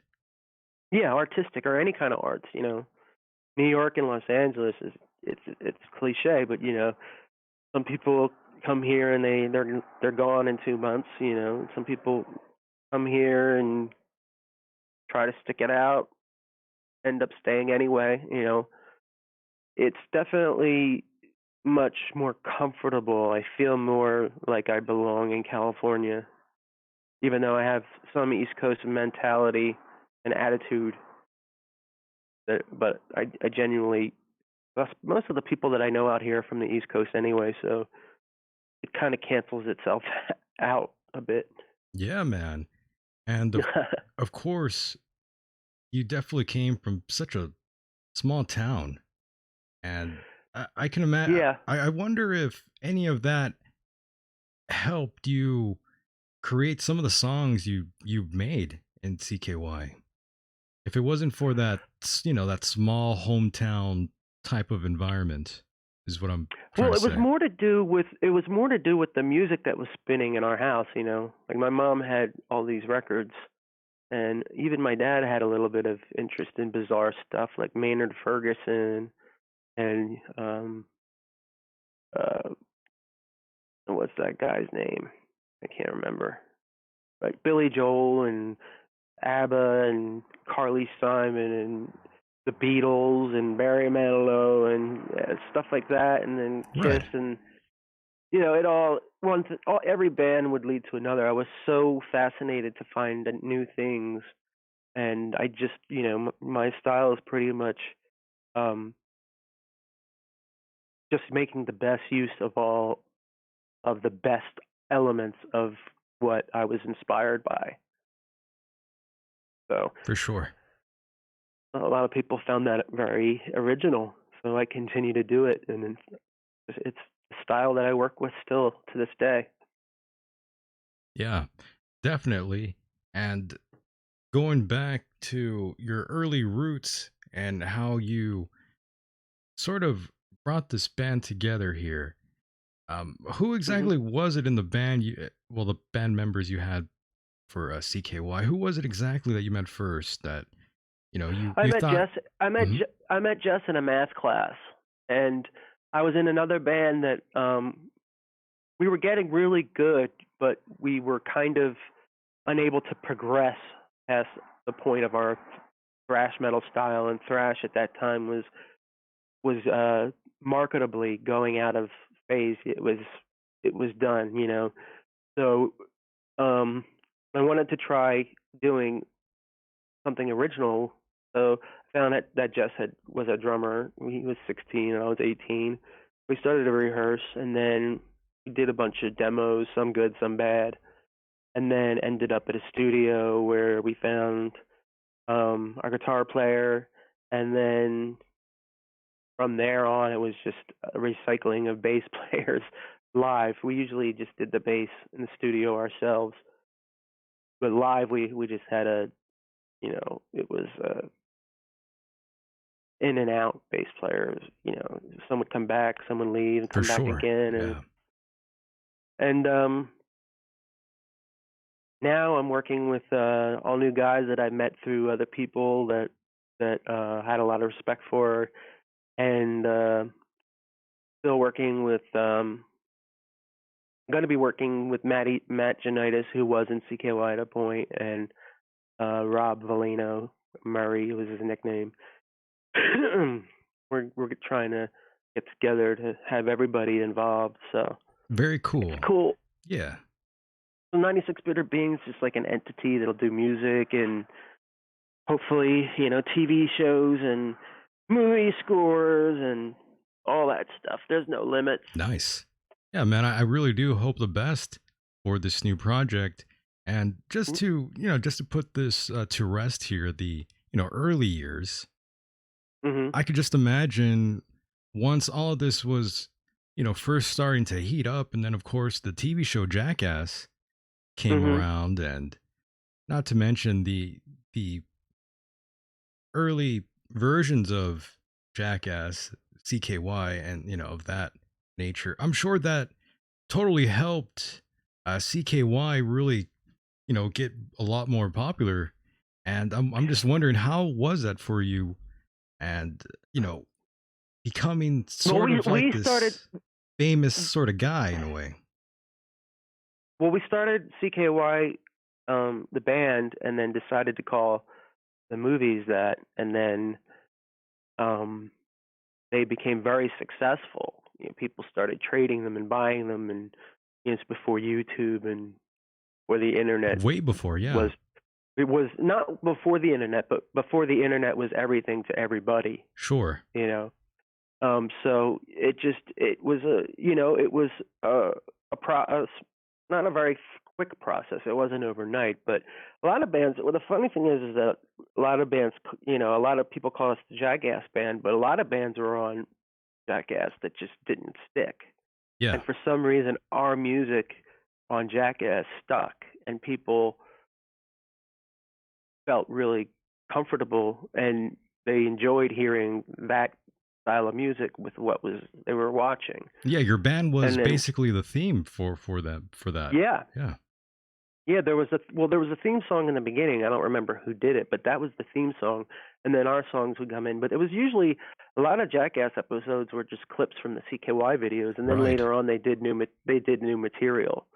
And I I was on the first episode of Jackass, and then I realized that doing stunts and playing pranks, even as much fun as I would like to do something like that now, um, I wanted to focus more on the music, so I never really did more than one episode. I don't think, maybe Which is two or three. which is probably a good thing. Yeah, I didn't want to get hurt.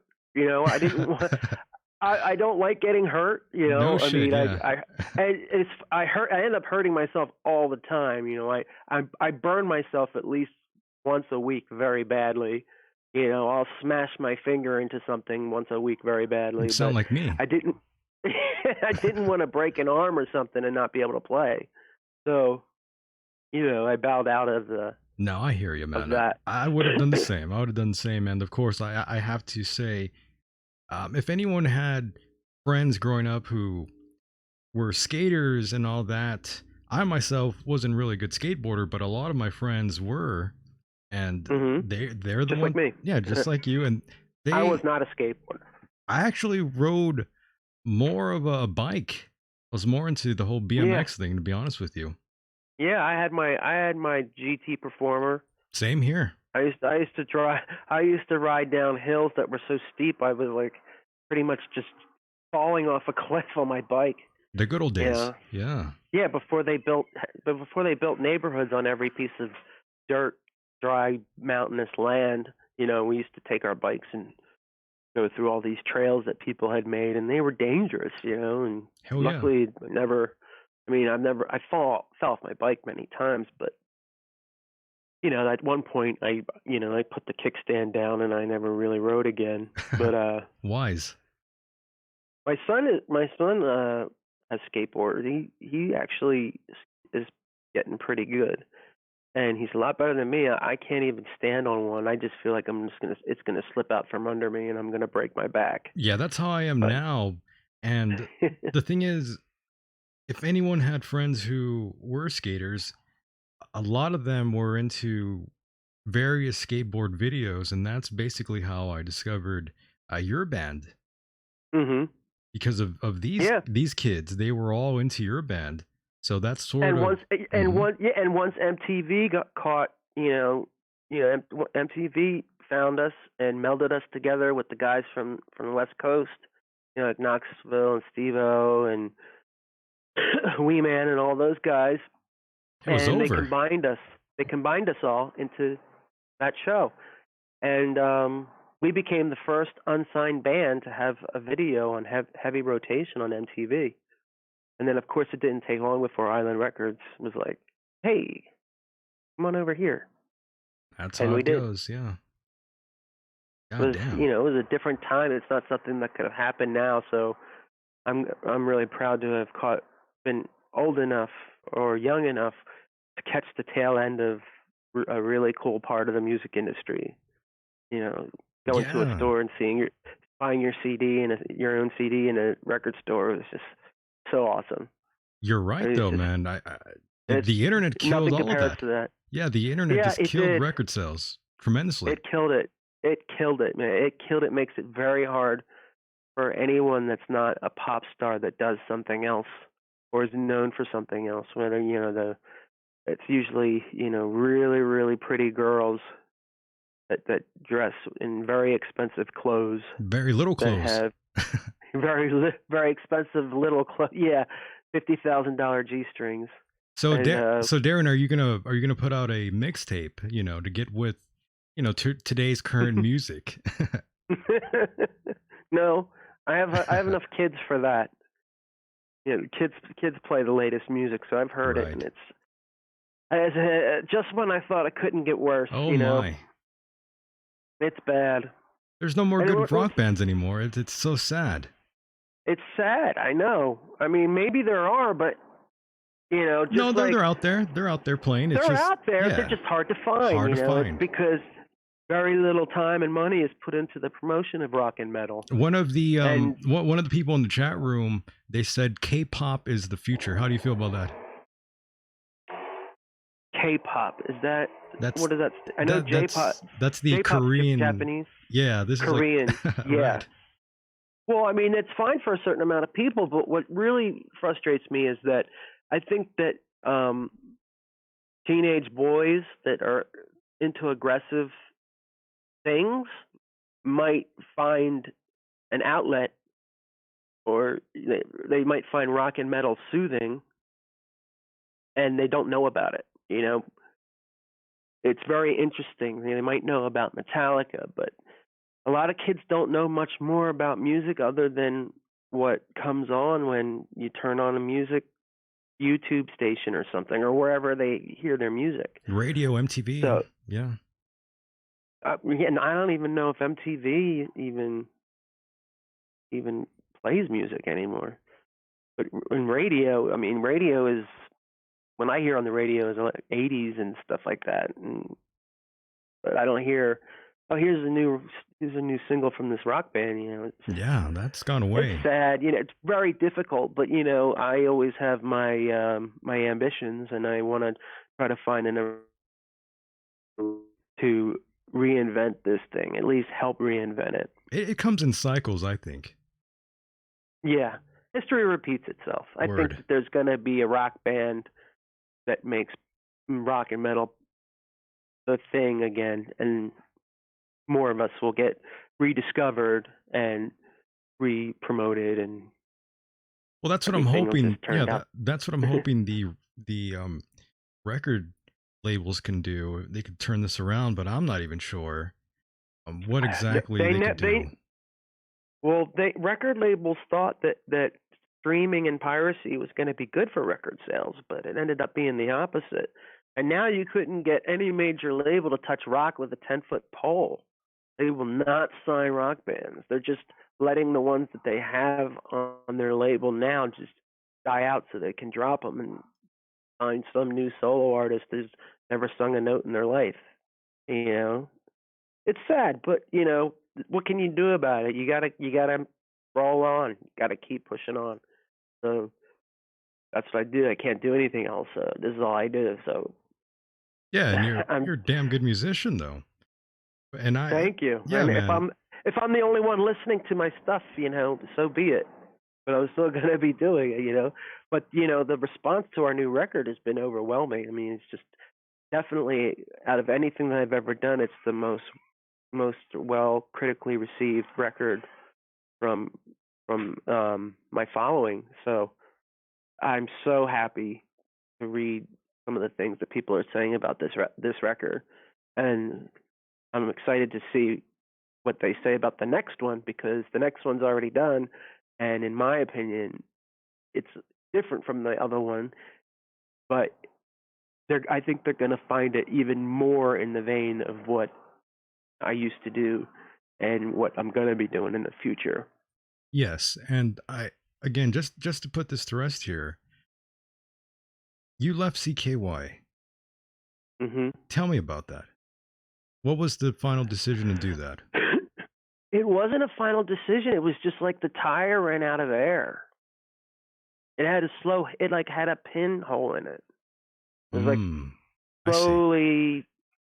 It was. I guess it's part of it was just, personalities in the band, constantly clashing, and when you're successful and you have a bunch of sold out tour dates, it's easier to tolerate that kind of stuff.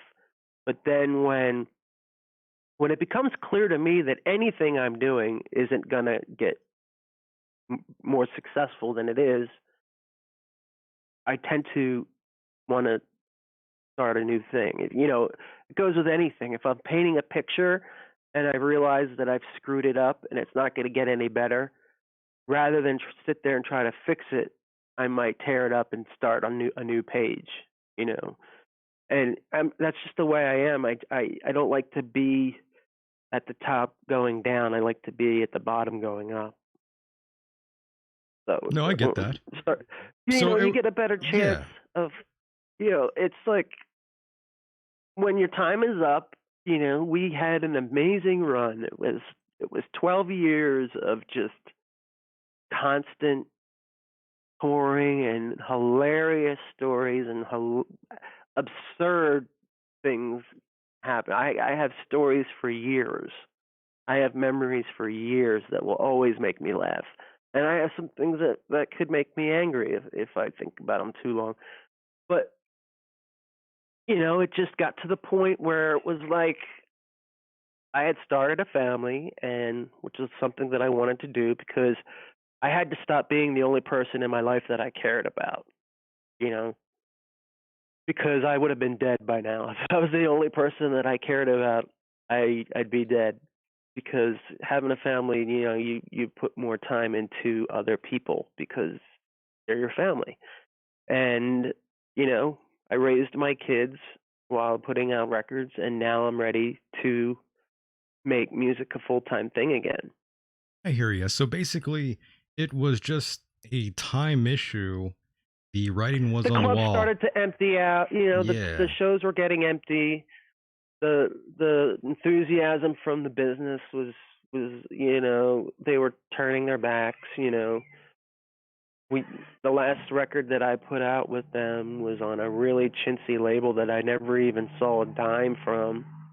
It was just such a it was like just it was just it could have been spelled out, or somebody could have written it in the sky. It's over. Yeah, I hear you though. It's it's dying. It's not gonna get any bigger. We could have written a hit single and it wouldn't have Right, resurged us. right. So. So things were starting to get a little bit stale for you, and of course, Mhm. the other band members, while you do love them and respect them and all that sort of thing, but over Mhm. time, with anyone, you're Yeah. going to get a little annoyed with them. Is that kind of what happened? Yeah. I mean, if you're on a bus for 3 months straight with 8 people, Hey, dudes. and two of which are are in the band and are creative and have their problems, it's like being in an airplane. Like it gets very, very claustrophobic, and you start to smell like them and they smell like you, and everything just starts to just get nasty. Yeah, I get And that. it's like being in jail with people, but at least in jail you have a little bit of room to walk around and you're always in one place. I always liked touring and being on a bus, and I loved sleeping in the bunks. Nobody else liked sleeping in the bunks. Everybody wanted to get hotel rooms, but I was more comfortable in the bunk because I had a problem with hotel rooms. They just freak me out. I don't like being told when I have to get up and get out of the room. On a bus, I didn't have to do that. So, there's tons of memories, good and bad, and it was just there wasn't a moment where I said I never officially resigned. I'm still, You're still sort of 33%, in there. Yeah. but I'm not, I'm not. I'm doing my own thing right now. Yeah, I'm with you on that. I could understand how that goes, and the other band members of CKY, they're trying their best to keep moving, and that's respectable, I guess. I guess. I don't. I can't say. I don't. I don't know. Yeah, well, But they're trying. they're trying. Yeah. But Nothing wrong with that. nothing wrong with Yeah, that. nothing wrong No. with that. And I have to say, I really did enjoy the acoustified record you put Yeah. out. I really did like that. I thought that was amazing, and of That was a course, lot of fun. oh man, it was fantastic. Disengage the Simulator has always been my favorite song of yours. Me too. One of my favorites. My favorite. My Yeah. only regret is that I wish that I had put some drums and some bass on some of that stuff. I should have put more drums to it. There's something about that song, man. I don't know what it is, but even when I heard the lyrics when I was just a young boy, and when you're that young, you don't exactly have a concept of lyrics or what exactly they mean. But later on in Mhm. life, I'm just like, holy shit, this guy was Mhm. nailing a lot of things that during the time I was kind of contemplating myself, and I thought, God damn, this song really hits. Mhm. Yeah. Back then, I never really put too much importance on lyrics. I used to just write down whatever rhymed or whatever sounded good, And that's a most of the lot of time people. what, yeah, and that's what most musicians always say. I was just writing anything. And then a lot of Hmm. people, a lot of people, they respond with how much this song means to them when the person who writes it really doesn't, it wasn't really anything. Right. I Amazing. know.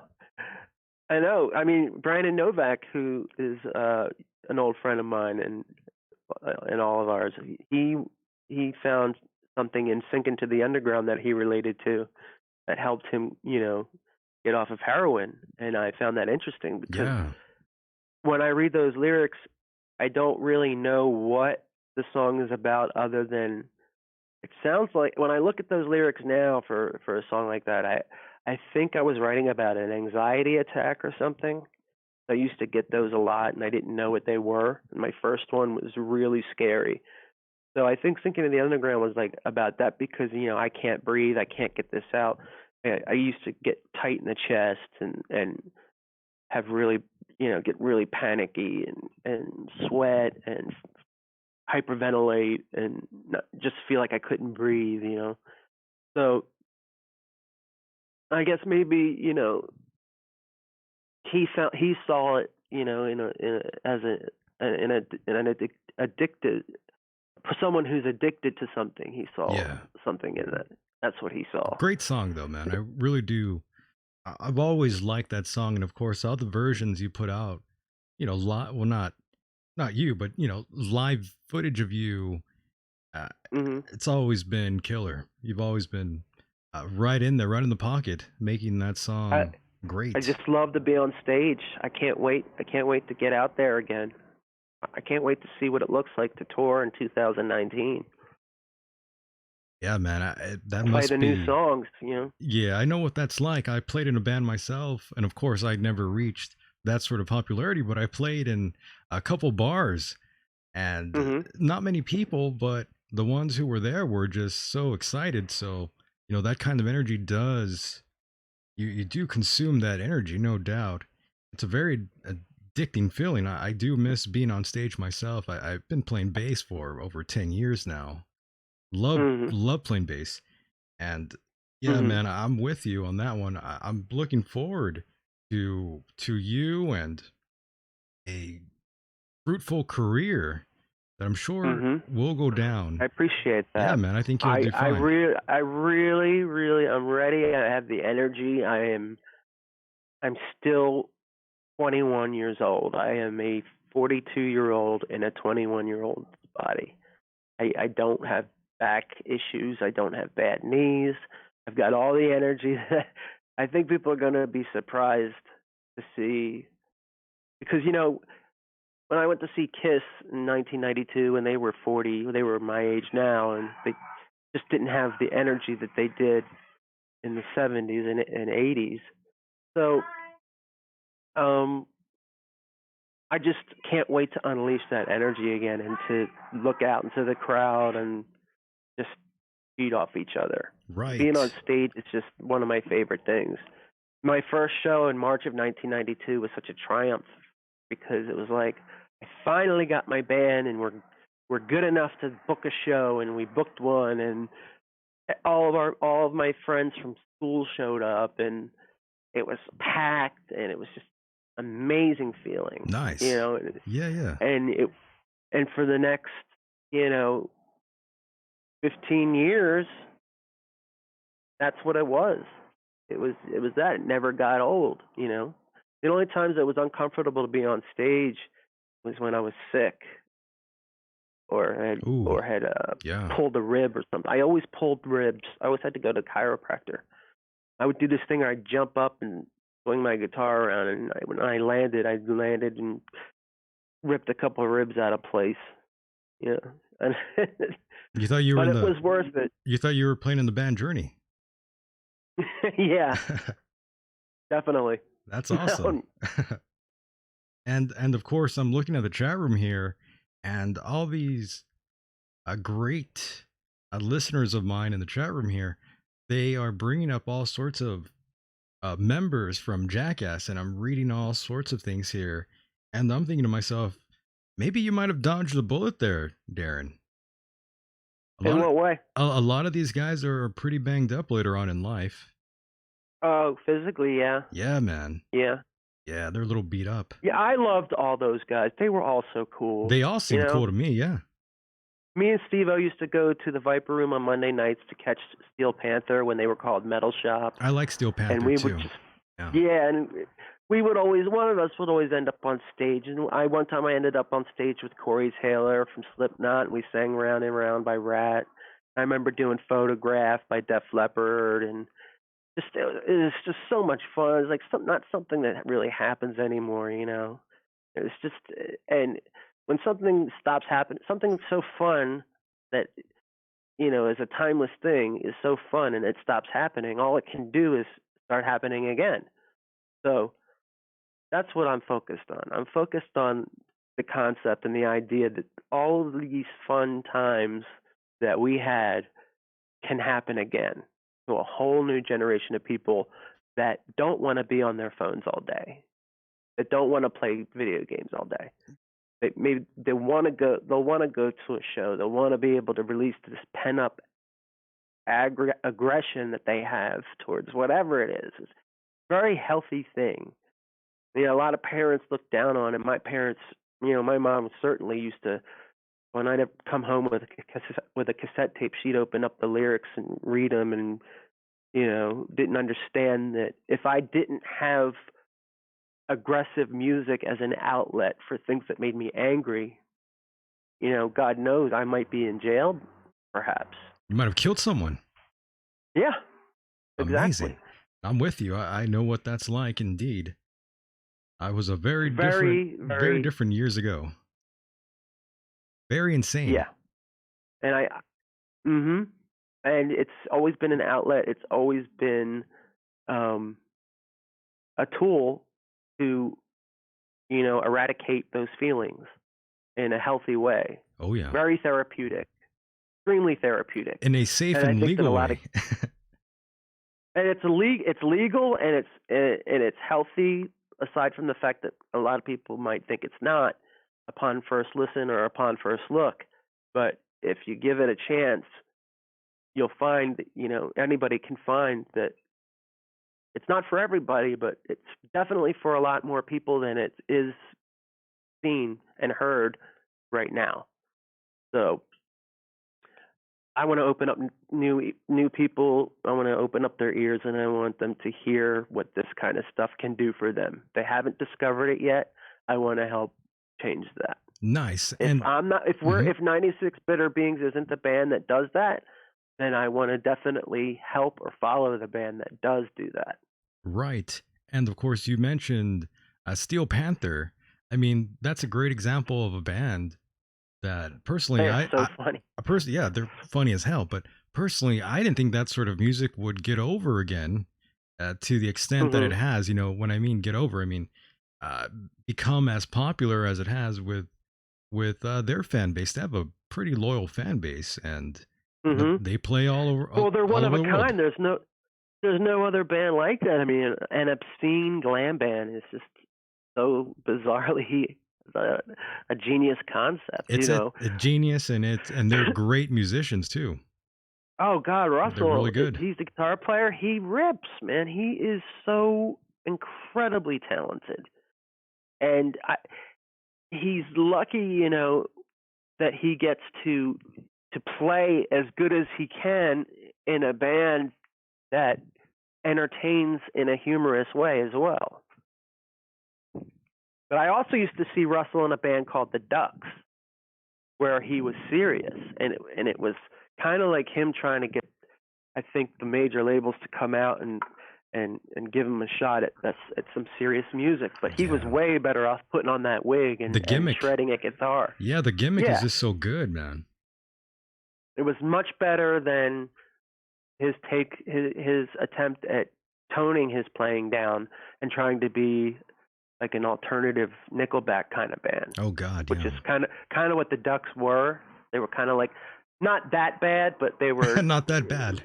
Yeah, but he was a good he is a good singer, and he definitely toned down his playing. There was no shredding or anything. It was just, you know, alternative rock.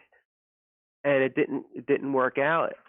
Interestingly enough, the bass player in that band was also the guy that plays Chainsaw in Summer School. You know what I'm talking about? Yeah. His name was Chainsaw. His name is Chainsaw in the movie Summer School. He was the bass player of the Ducks. But anyway, Yeah. Anyways, as I often do, I drift okay. off topic. No, don't worry. That was a good discussion there. I was just also wondering if you had seen Johnny Depp out there. Johnny Depp? Yeah, in the Viper Room. Oh, as you mean? Oh, because he's part owner, or he owned it? Yeah, I know his band would always be out there playing gigs. I never. No, I never. I know he owned it, but I never saw His band. him there. I definitely saw a bunch of interesting people at the Rainbow Room over the years, like guy that was on a really short guy that was on that Unsolved Mysteries kind of show. He had his son Adam who died. I don't know. I can't remember his name. John something. But also Drew Carey would be there all the time. John. TV show? Yeah. America's Most Wanted. Oh, John Welsh. Yeah. His son Adam Welsh was abducted and murdered, and yeah, that's right. Holy shit. And he, dedicated his life to capturing criminals and did that show, America's Most Wanted. And I saw him a lot. I saw John Lovitz in there, and just, I'd have to think, but definitely a lot of people would go to the Viper Room. Yeah, that's pretty crazy. Yeah, it's a great place for, regular people to mingle with celebrities without anyone being harassed or bothered or, I love the Viper Room. Yeah. Played there, I think 2 years ago. I want to play there again, but just speaking of man, recording. Speaking of playing, I try to bother 91X. They are a radio station out here in, well, I'm not in San Diego, but I'm pretty close to it. They are a radio station in San Diego, and they've been following me around on Twitter, and so have some of their staff members there. And I've been trying to push you onto them. Oh, that is unbelievable. Like I cannot express the appreciation when people tell me that they're trying to get my music on the radio. Yeah, I keep bothering them. Very hard. And if anybody can accomplish that, I don't know, perhaps maybe some new songs are being played on the radio, but I mean, I don't get to find out about that stuff all the time. But I would love that. Yeah, I think I could make it happen. Send them a link. Yeah. That would be fantastic. I could make it happen, man. Those people, they know exactly who I am, unfortunately. So I might pursue. I could do it. I'm sure. I wouldn't say that. Well, that would be unbelievably incredible. It would bring me to tears if that happened. Yeah, don't worry, I got you. I would really appreciate that. I'm thanking you in advance. For sure, man. I'll make this one happen for you. Again, I know these people, they like the show, so I think they'll do me a little favor if I ask. And if they want to talk to me, just send them my way. I mean, my phone number or whatever. Yeah, I'm happy to talk to anybody. I don't turn down interviews. I don't turn down any kind of, opportunities. So yeah, and which is the reason I say that is because that's not how my attitude always was. One of my regrets is that maybe I took a lot of what was happening for granted, or didn't really appreciate it as fully as I should have, and I learned my lesson on that. You think you didn't take advantage of certain things? Not advantage of certain things, but I think that I had the wrong attitude. I think that I got so caught up in what was so busy and so grueling about what I was doing that sometimes I didn't always appreciate it Mm. as much as I should have. But you were also very And young too.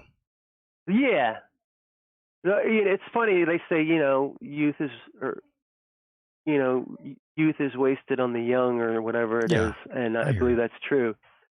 But I still I haven't grown up. My kids are more mature than me, No, I'm with so you it's though, like, man. It's a trap. Don't grow up. yeah, it's really scary to see a lot of people that I've known for years just become different people. Ooh, And yeah. I'm the same person in many respects. I like the same things that I do. I like to improve at things that I do. I still like to watch horror movies. I still like everything that I liked when I was a kid. I have toys, I have cassette tapes, I have movies and VHS and stickers, and I'm a kid at heart. I'm still filled with this energy. I like still creating and just not not afraid of getting old in age, just afraid of getting old in losing passion for what it is I feel I'm supposed to do, the reason I'm here. It's all very important to me. It really is. And you found that purpose, I think. Yeah, very, very young. Very young. It is a good thing to appreciate. Um, you your band again, it really has affected and influenced a lot of people. Mhm. That's true. Yeah, I never get tired of hearing that, and I don't. I definitely appreciate it, and I don't, hear it and forget about it. It sticks. I talk to fans all the time. I like to hear their thoughts. I like to hear their problems, and I try to help anyone that has a problem. If I can do anything, anybody that's going to take the time to know who I am and appreciate what I do, it's only fair that I reciprocate as much as I can. Yeah, I'm glad that you are down to earth and not this pretentious musician that we see time and time again, really. Yeah, I know. I see it too, and I just don't understand it because it's not something that. I mean, even in my darkest days, I don't think I've ever been someone you couldn't approach. Yeah, well, you don't Uh, you don't come from that though. That's not who you are. That's what I right, realized. Yeah, man, right, that's not you.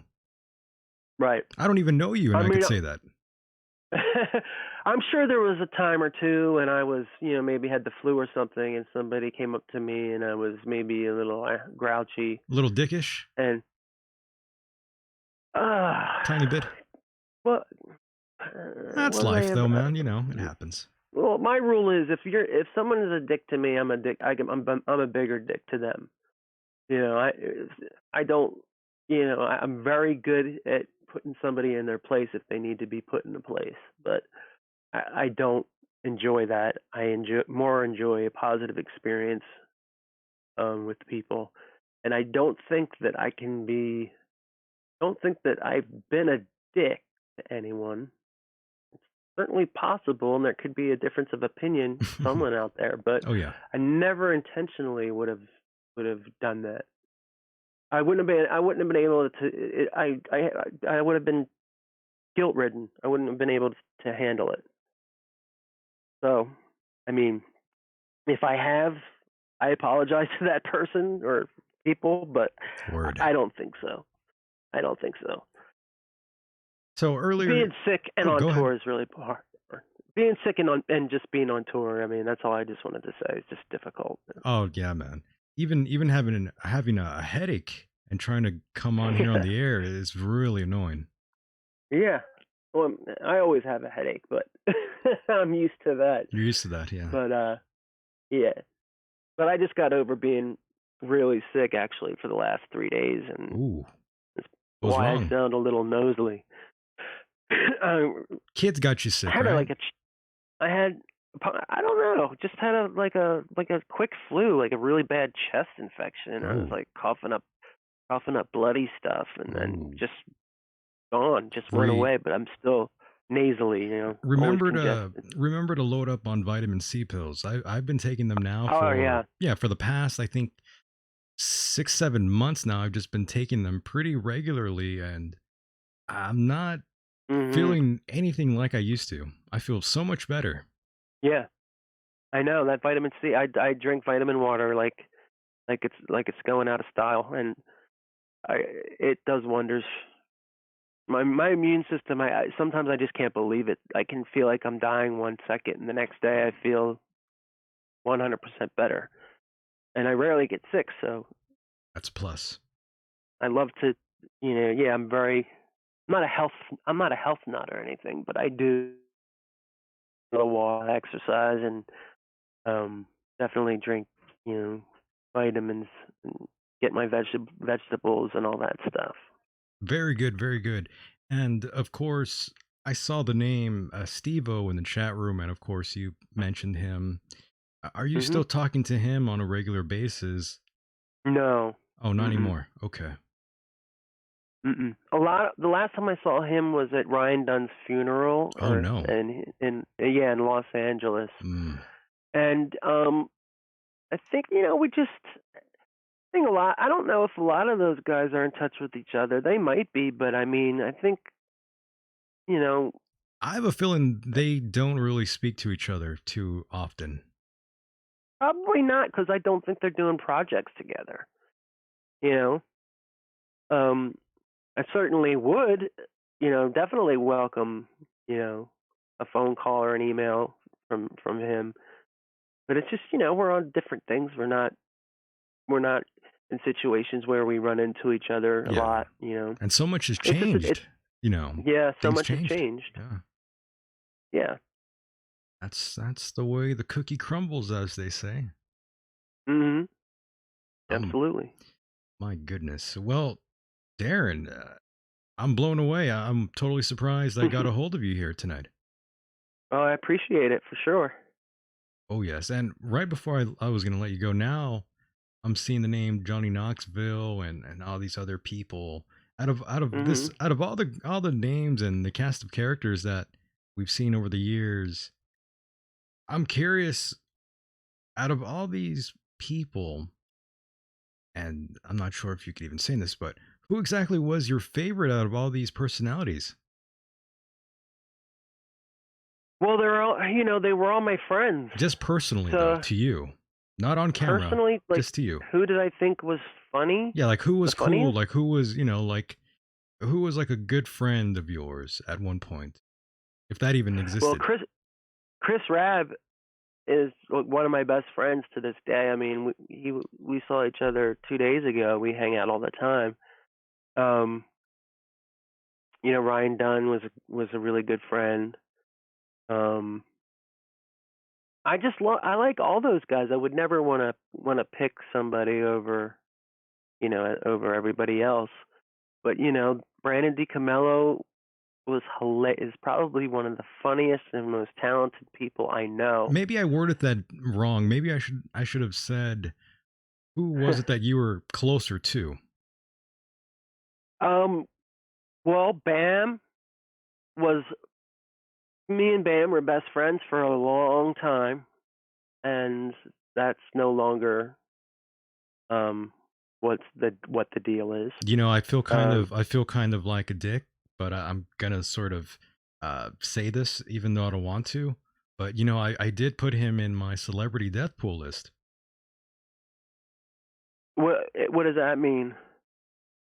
Well, I do something called What, like a celebrity death pool, and I added all sorts of people, and Bam was someone that I didn't want to add at all, and lots of oh, people were pressuring me to Deadpool? do that. What does Deadpool mean? Like, I Oh know it's well, a movie. no, no, I no, don't know. no, no, no, not You mean Deadpool's. people that you think are Correct, like people that you think are going to pass away? correct. Yeah. Yeah, I felt really bad. I mean, I put people there that I like. It's not to disparage anyone, not at all. I just thought, God damn, Yeah. I hope that's not true. Well, yeah, I know a lot more than the average person does. Um, there's a lot of incorrect information online about Bam. I haven't spoken to him in a long time. Yeah, I hear you. Um, per his choice, not mine. Um, I think he's being manipulated by people, Uh-oh. and that keeps him from speaking to me. But at the same time, it's rather obvious he may not be speaking to many people because of his condition. But Yeah. I really couldn't say. I wish him the best. I hope that he does recover, and I hope he's, one day willing to step up and do the best he can to fix the situation, because it's not good, and it's not even anywhere close to as good as people think it is. It's much, much worse. So, yeah, I mean, who knows? He's strong enough and smart enough to bounce back, and if he wants to, he can do it. I'm with you on that But one. Yeah. He could do it. I certainly don't want to be somebody who influences that, or puts that out there. It's not my business unless he wants it to be my business. Understood. And adding on to that, you know, Steve-O, he had a very up and down relationship with drugs throughout his whole life. We all did. We all did. There wasn't a single one of us. Oh, of course, of course. Yeah. But not Not like Steve-O one though. of us. But not like him. Well, Brandon Novak totally, That's recovered from that's going into his the addiction. yeah, that's going into the abyss with Novak there. If you think about heroin addicts, it's hard to believe when they say they're sober, they've been sober for so long. The last person that you can believe is a drug addict, if you've ever known one. So I hope it's true, because it definitely seems like he is recovered fully, and I hope that's true. And I'm very proud of him. Yeah, the last time I saw But we Steve. were Oh, go ahead. Sorry. Steve-O, same thing. I mean,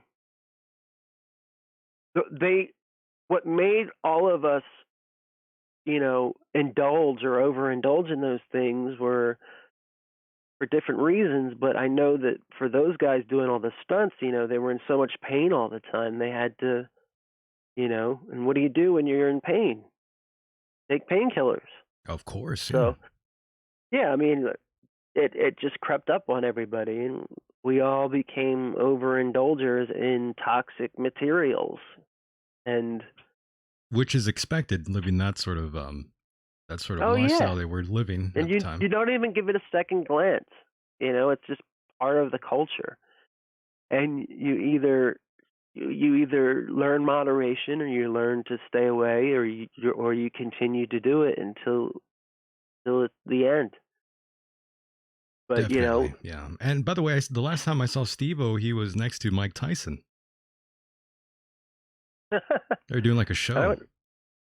Yeah, well, that's great for him. I'm glad that he's still, pursuing it. He's very funny and talented. Yeah, they all were. Yeah, he still looks Everybody great. had their talents. Yeah. So when I saw him and he spoke at Ryan's funeral, he definitely was a lot sharper than I had ever seen him or heard him. So there was definitely a change there. So that's great. I just hope everybody who's claiming they're sober, I hope they really are, and I wish them the best. Now, this is why I'm saying you kind of probably dodged a bullet there if you would have stuck around, my friend. Yeah. Something like this could have happened to you. Yeah, well, Never thankfully know. I don't have an addictive personality. Ah, yeah, that's the key right there. An addictive personality. I've almost been there myself a couple times. Mm-hmm. Certain things, so it wasn't that it wasn't ever, I certainly had more than my share of alcohol, but I don't consider myself an alcoholic because I can drink one day and then not drink for a month, not even think about it. And it's not something I need to have, like just something that if I feel like it, So, if I want to loosen up a little bit, but yeah, I don't, are you just completely straight and narrow now? Or are you basically straight edge? no, Not I've at all. never been straight edge. Okay. No, I've learned moderation because what I find with like things like AA is that people that tend to talk about how they don't drink anymore, it's still alcohol in their lives. Instead of alcohol being their problem, it's not wanting to do it or having trouble not doing it that's the problem. So their lives are still kind of run by alcohol. They're just not drinking it.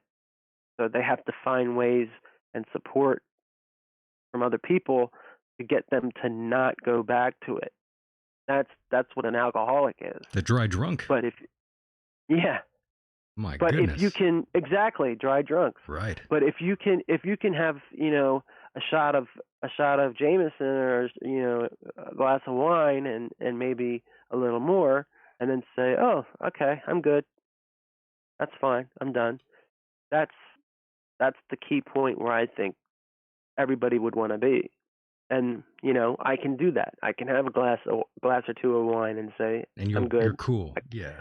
I can turn down a third. I say, oh, that's good. I'm good. That's good for me. As long as I'm you done. keep it natural, you're good. I say. Yeah. I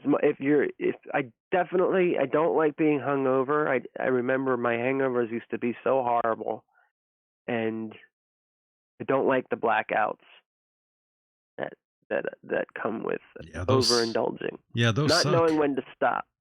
Oh yes, many blacked out nights drinking drinking Jägermeister. Oh God, we had a Jägermeister. Oh no. Yeah, we had a That's the devil's drink. If no one, if anybody doesn't know, definitely go out and drink that all night, and you'll definitely have a story. I mean, we had our own tap on the bus. Jaeger sent us a tap. Oh no, filled with it. That's bad news. It was like a soda machine, except it was Jaeger.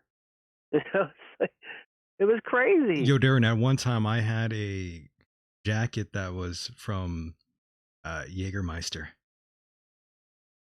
I was all Jägermeister.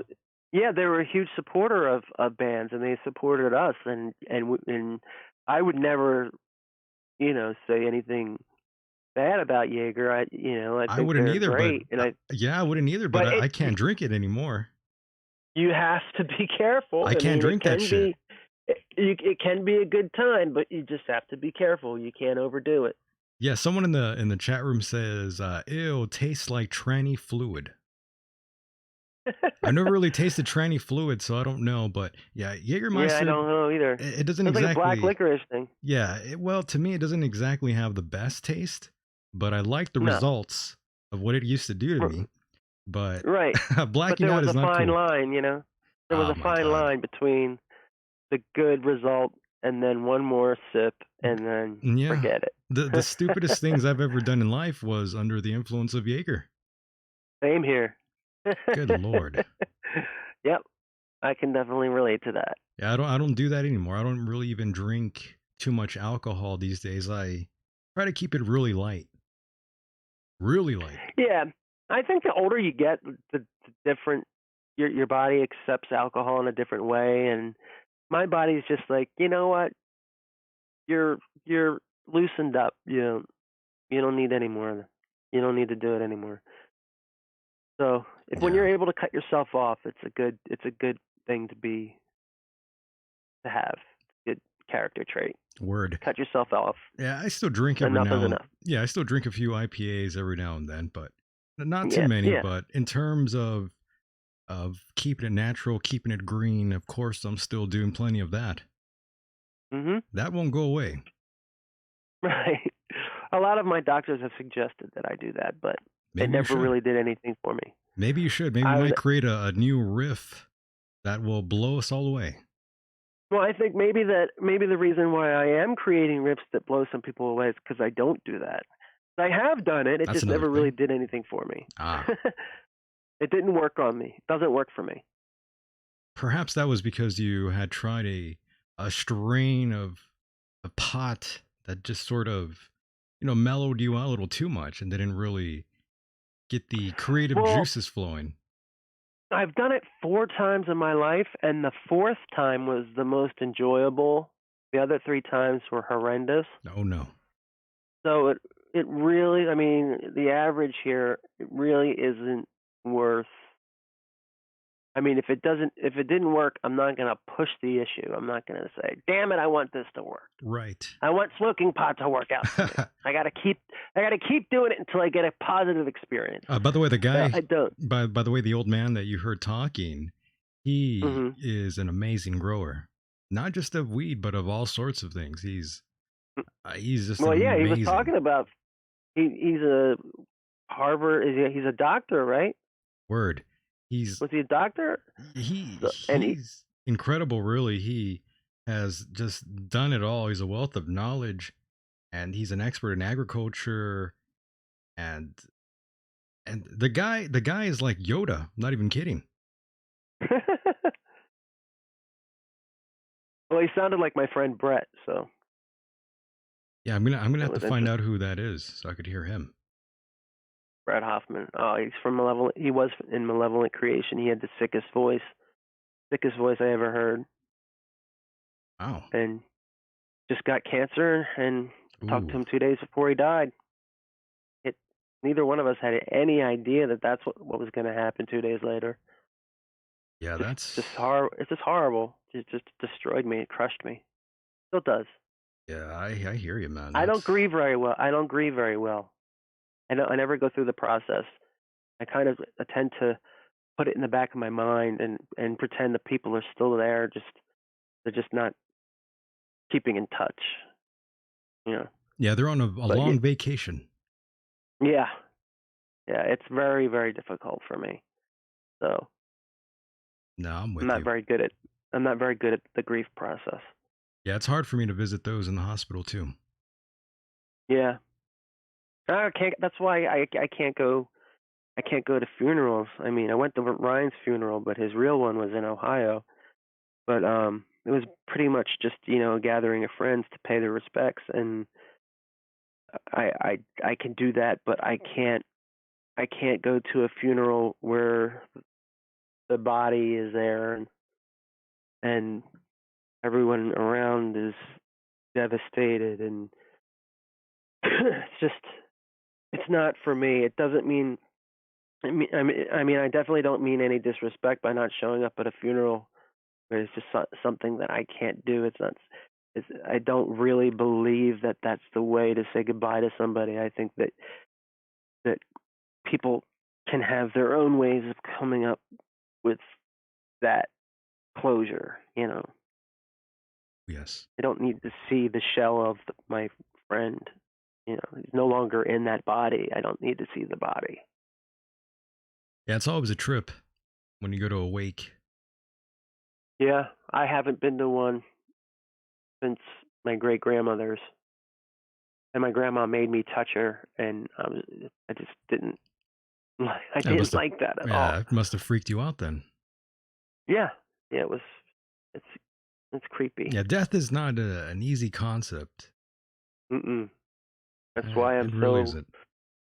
That's why I focus so much on that topic because it's such a strange part of life. It is. It creeps me out. I don't really even like talking about it on the program too much, but I Yeah, do. it's I it's tend to. difficult. Strange that after all of this, there usually for most people it's a painful end. It's not always painful, but most people their end is painful. Yeah. It's like, why do we have to go through such great things and bad things and learn all this stuff only to have it end forever with pain, you know. And everybody says, "Oh, I want to go in my sleep." How do you want to die? I want to go in my sleep.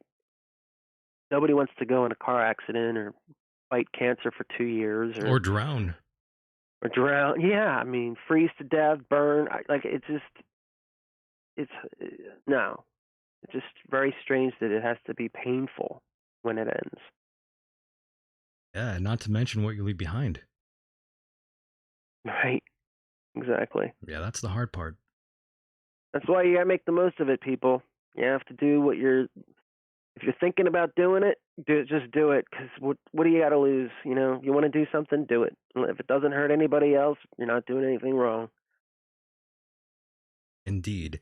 So, Darren, I do want to thank you for being a part of the program. I kind of even want to invite you to even ride shotgun every now and then when I bring on one of these guests. I think you would actually enjoy yourself riding shotgun here. I would love that. I would love that. Yeah, man, I think you would have a great time talking to a lot of these individuals I bring on the program. I feel you would get something I out like, of it. I love debating. I love debates. I love uh, talking about art. Anything. You know, I like to talk about you know conventional things. I like to talk about controversial things. I like to just anything. I have opinions on everything. I love to express myself. Yeah, man, I'm gonna So have to definitely bring you back on again, very much in the near future. I would love it. Oh yes. So again, I want to thank you tremendously for being a part of the program here, and Thank Darren, you. go ahead and plug anything you'd like, my friend. Well, the band 96 Bitter Beings that I'm in just came out with our first record called Campaign. Like not Campaign, the word campaign. It was from a campaign of people that donated to have it recorded, but the album is called Campaign, CAMP space PAIN. It's available on iTunes and Amazon and Spotify. I have physical copies of CDs that almost sold out of. Um, yeah, like I said, you could get it on all those in all those stores. And check it out. Visit my Facebook. Visit the band's Facebook. I think it's Facebook 96BB Music. And I'll see everybody on tour. Amazing. I appreciate it. Yeah, no problem, Darren.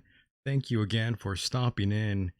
And Alrighty. yeah, man, I'm gonna email you pretty soon and see what you think of certain individuals and see if that will interest you enough to jump back on in here.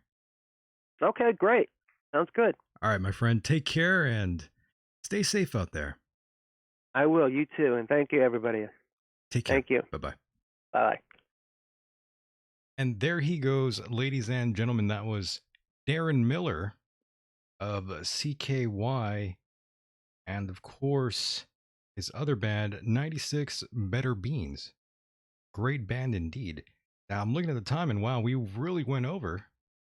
It is that time for a little break. So, stick with me here, folks. We'll be right back after this little break, and I'm going to see if we have Daniel here and get into all sorts of trouble. Our friend Daniel Hopsicker. Stay tuned. Don't go anywhere. Right back.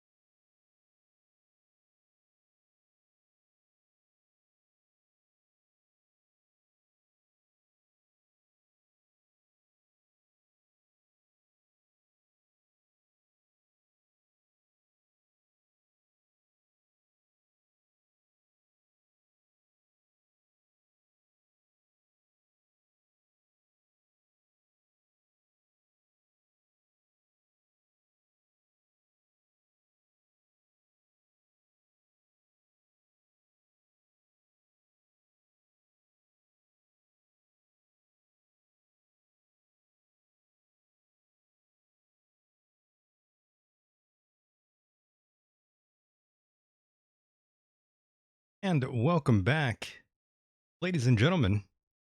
How's everyone doing out there? I do apologize for those who were trying to call in just now. To shut a few things off here. And of course, this is the second half of the program, which won't go on too long. I noticed through all the mayhem during the break there, I called Daniel, and well, he is a little bit busy at the time, this current time, really. And I think he might have even been a little bit annoyed since we ran kind of late. That, and I think he might have misunderstood what I was telling him. I think he thought that I was trying to get rid of him and interview him at a much later time, which is all good. All good. And of course, I did have one special announcement to make. But before I do want to apologize to Star there. I believe it was you who tried to call in on Skype, and my computer is very strange tonight. I'm not quite sure what the hell is going on with it. Also, Skype updated itself, which I'm very angry with because I'm not using the old version of Skype anymore. It's the new updated version of Skype, which is just awful. Not quite sure if any of you are using Skype at all, but holy shit, is it bad? I don't like it. It is the worst. I'm not quite sure what Microsoft was thinking. So now what I'm going to have to do is go back and try my best to get the older version of Skype back. And yeah, see, because now there's that horrible sound that's playing here that you can't disable in the new version of Skype for whatever reason. And Star, is that you? Yes, it is. What's going on? Not much. What's going on with you? Well, I'm trying to fix this here.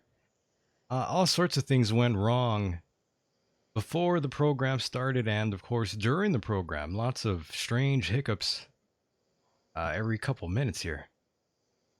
Well, at the beginning, yeah, there was the, excuse me, everything kind of blanked out for a little bit, and then you got everything together, and the whole interview with DKC or DCK, DKC. You're talking about Darren. Awesome. Pardon me? Darren. Yes, Deron. I'm sorry.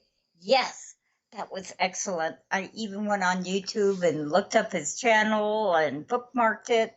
So I'm going to do some catching up. But that was so awesome. 42. God, he did sound like he was 21. He had the youngest sounding voice. He sounds real young. That music sounding voice. I can't wait to hear his stuff.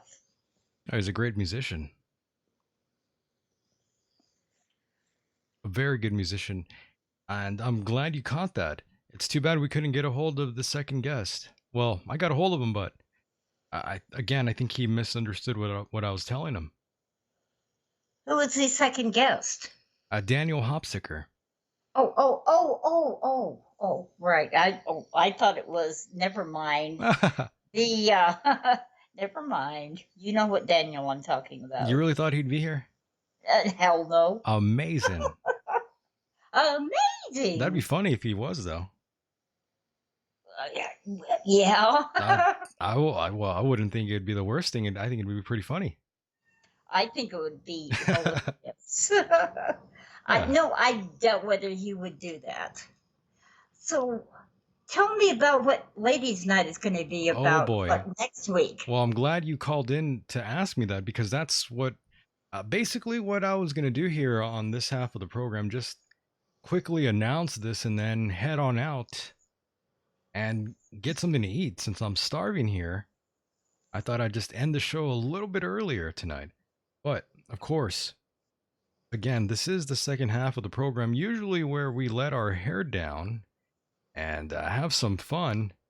My hair is always down. Your hair's always down. Nice. And of course, this show is designed for all walks of life out there, from the academics to the regular everyday man to the skeptics and mystics to the social dregs of society. My hair is always down past my boobs. Very It's nice. wrong. Oh, yes. So, of course, this program is for the social dregs of society and all the degenerates and the lost and the forgotten. All are welcome here on the program. I just want all of you to know that.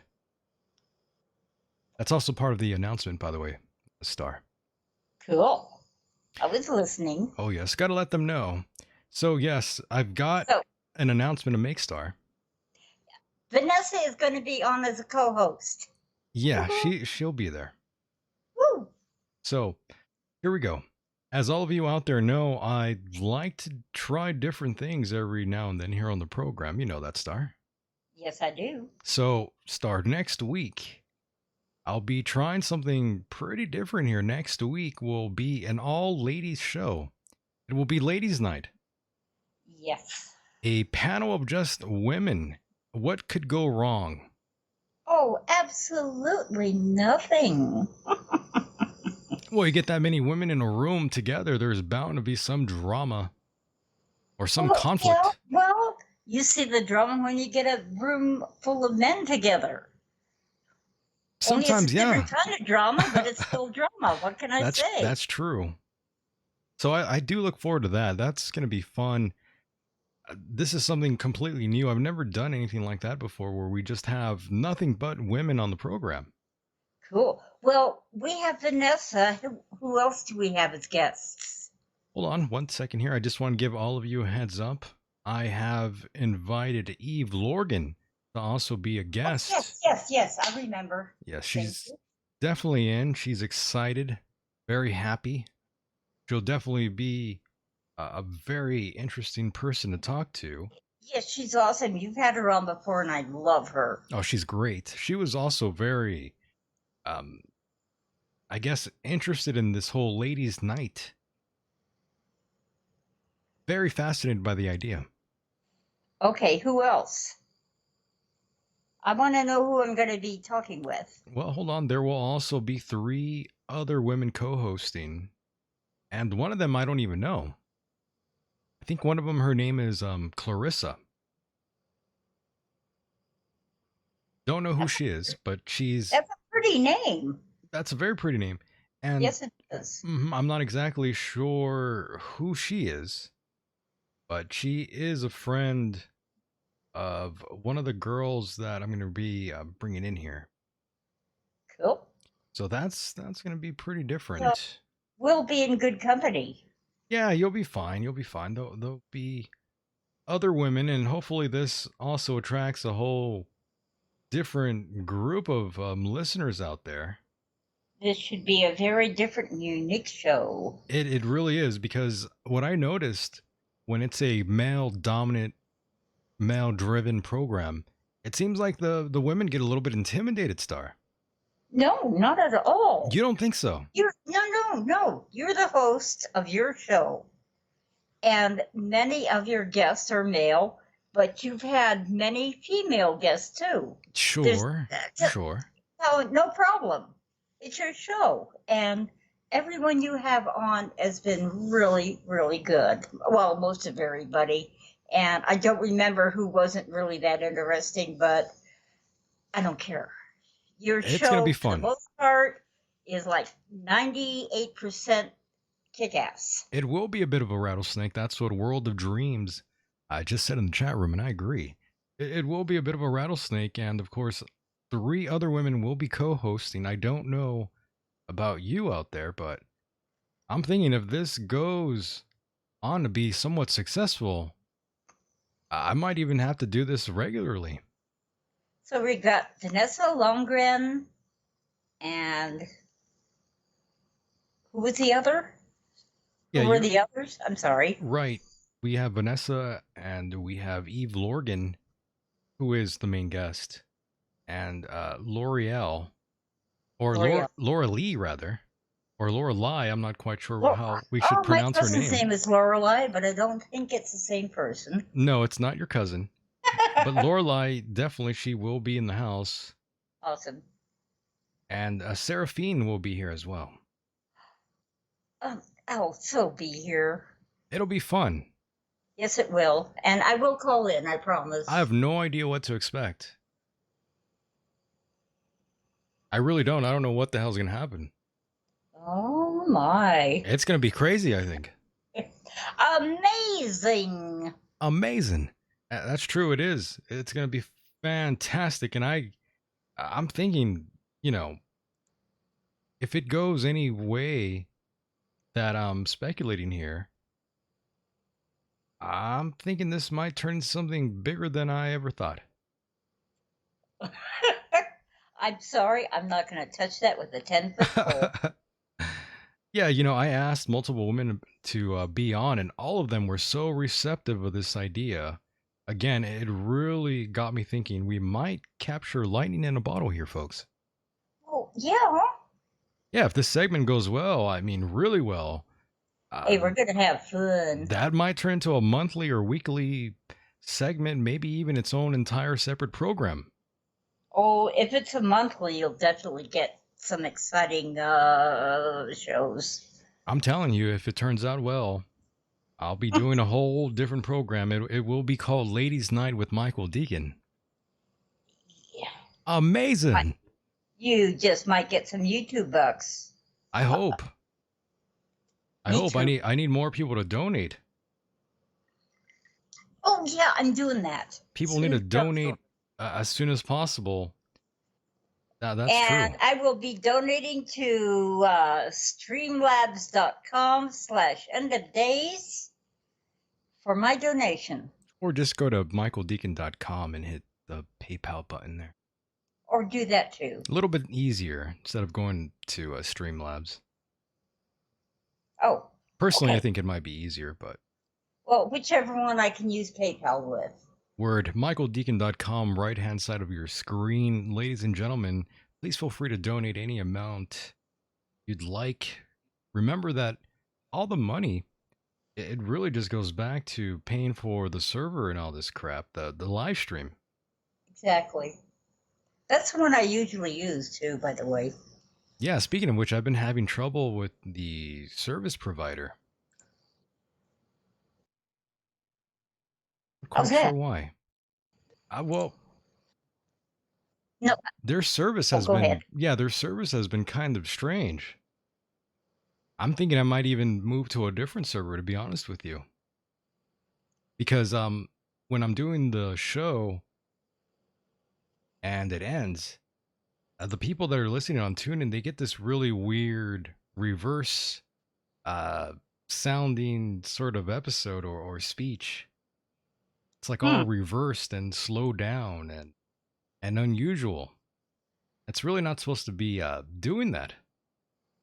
Are you sure you're just not on shrooms? No, not at all.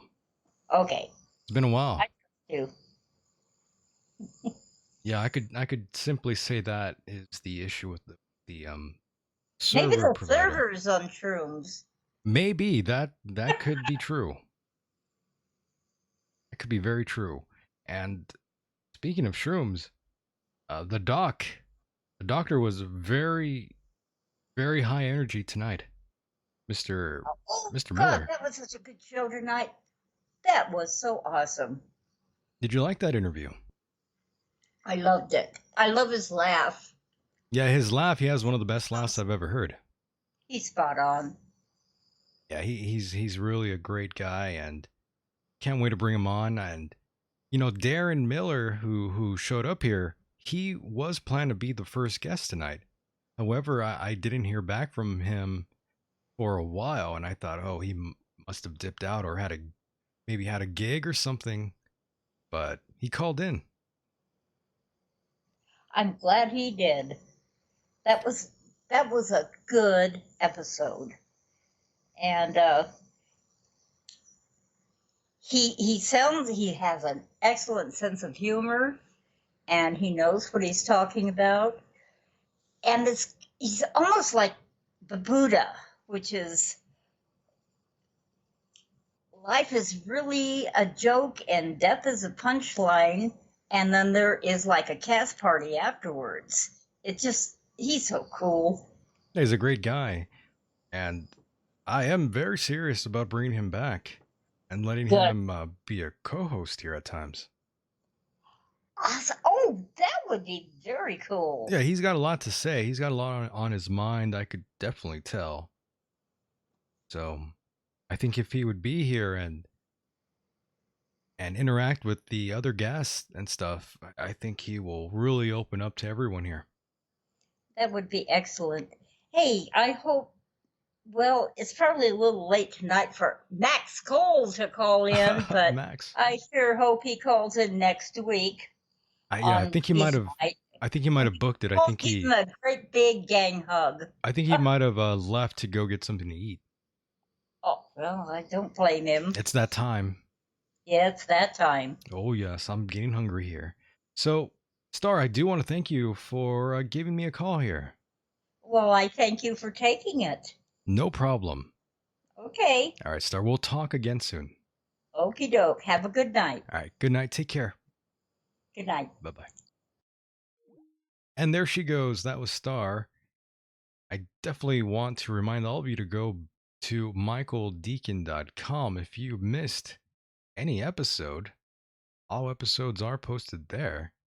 And of course, if you have any funny impersonations of myself or other listeners, please feel free to send those in. That's michaelenofdays@gmail.com, michaelenofdays@gmail.com. Or maybe if you have some comments or concerns, definitely email those in and I'll get right back to you. I hope you enjoyed that episode here tonight. It was fun speaking to Dr. Richard Allen Miller and, of course, Deron Miller, 2 Millers. Pretty amazing how that worked out. A great time talking to them. Of course, I had a great time doing the program here tonight, even though I did have a slight headache. And all the equipment went to shit here tonight, but that's okay. We were still able to recover. Program just went smoothly after that. Pretty surprised, but that's just the way it goes. I'm Michael Decon. Thanks for listening. And with that said, the world is a mysterious place, and life itself is a mystery. Until next time, good night, everybody.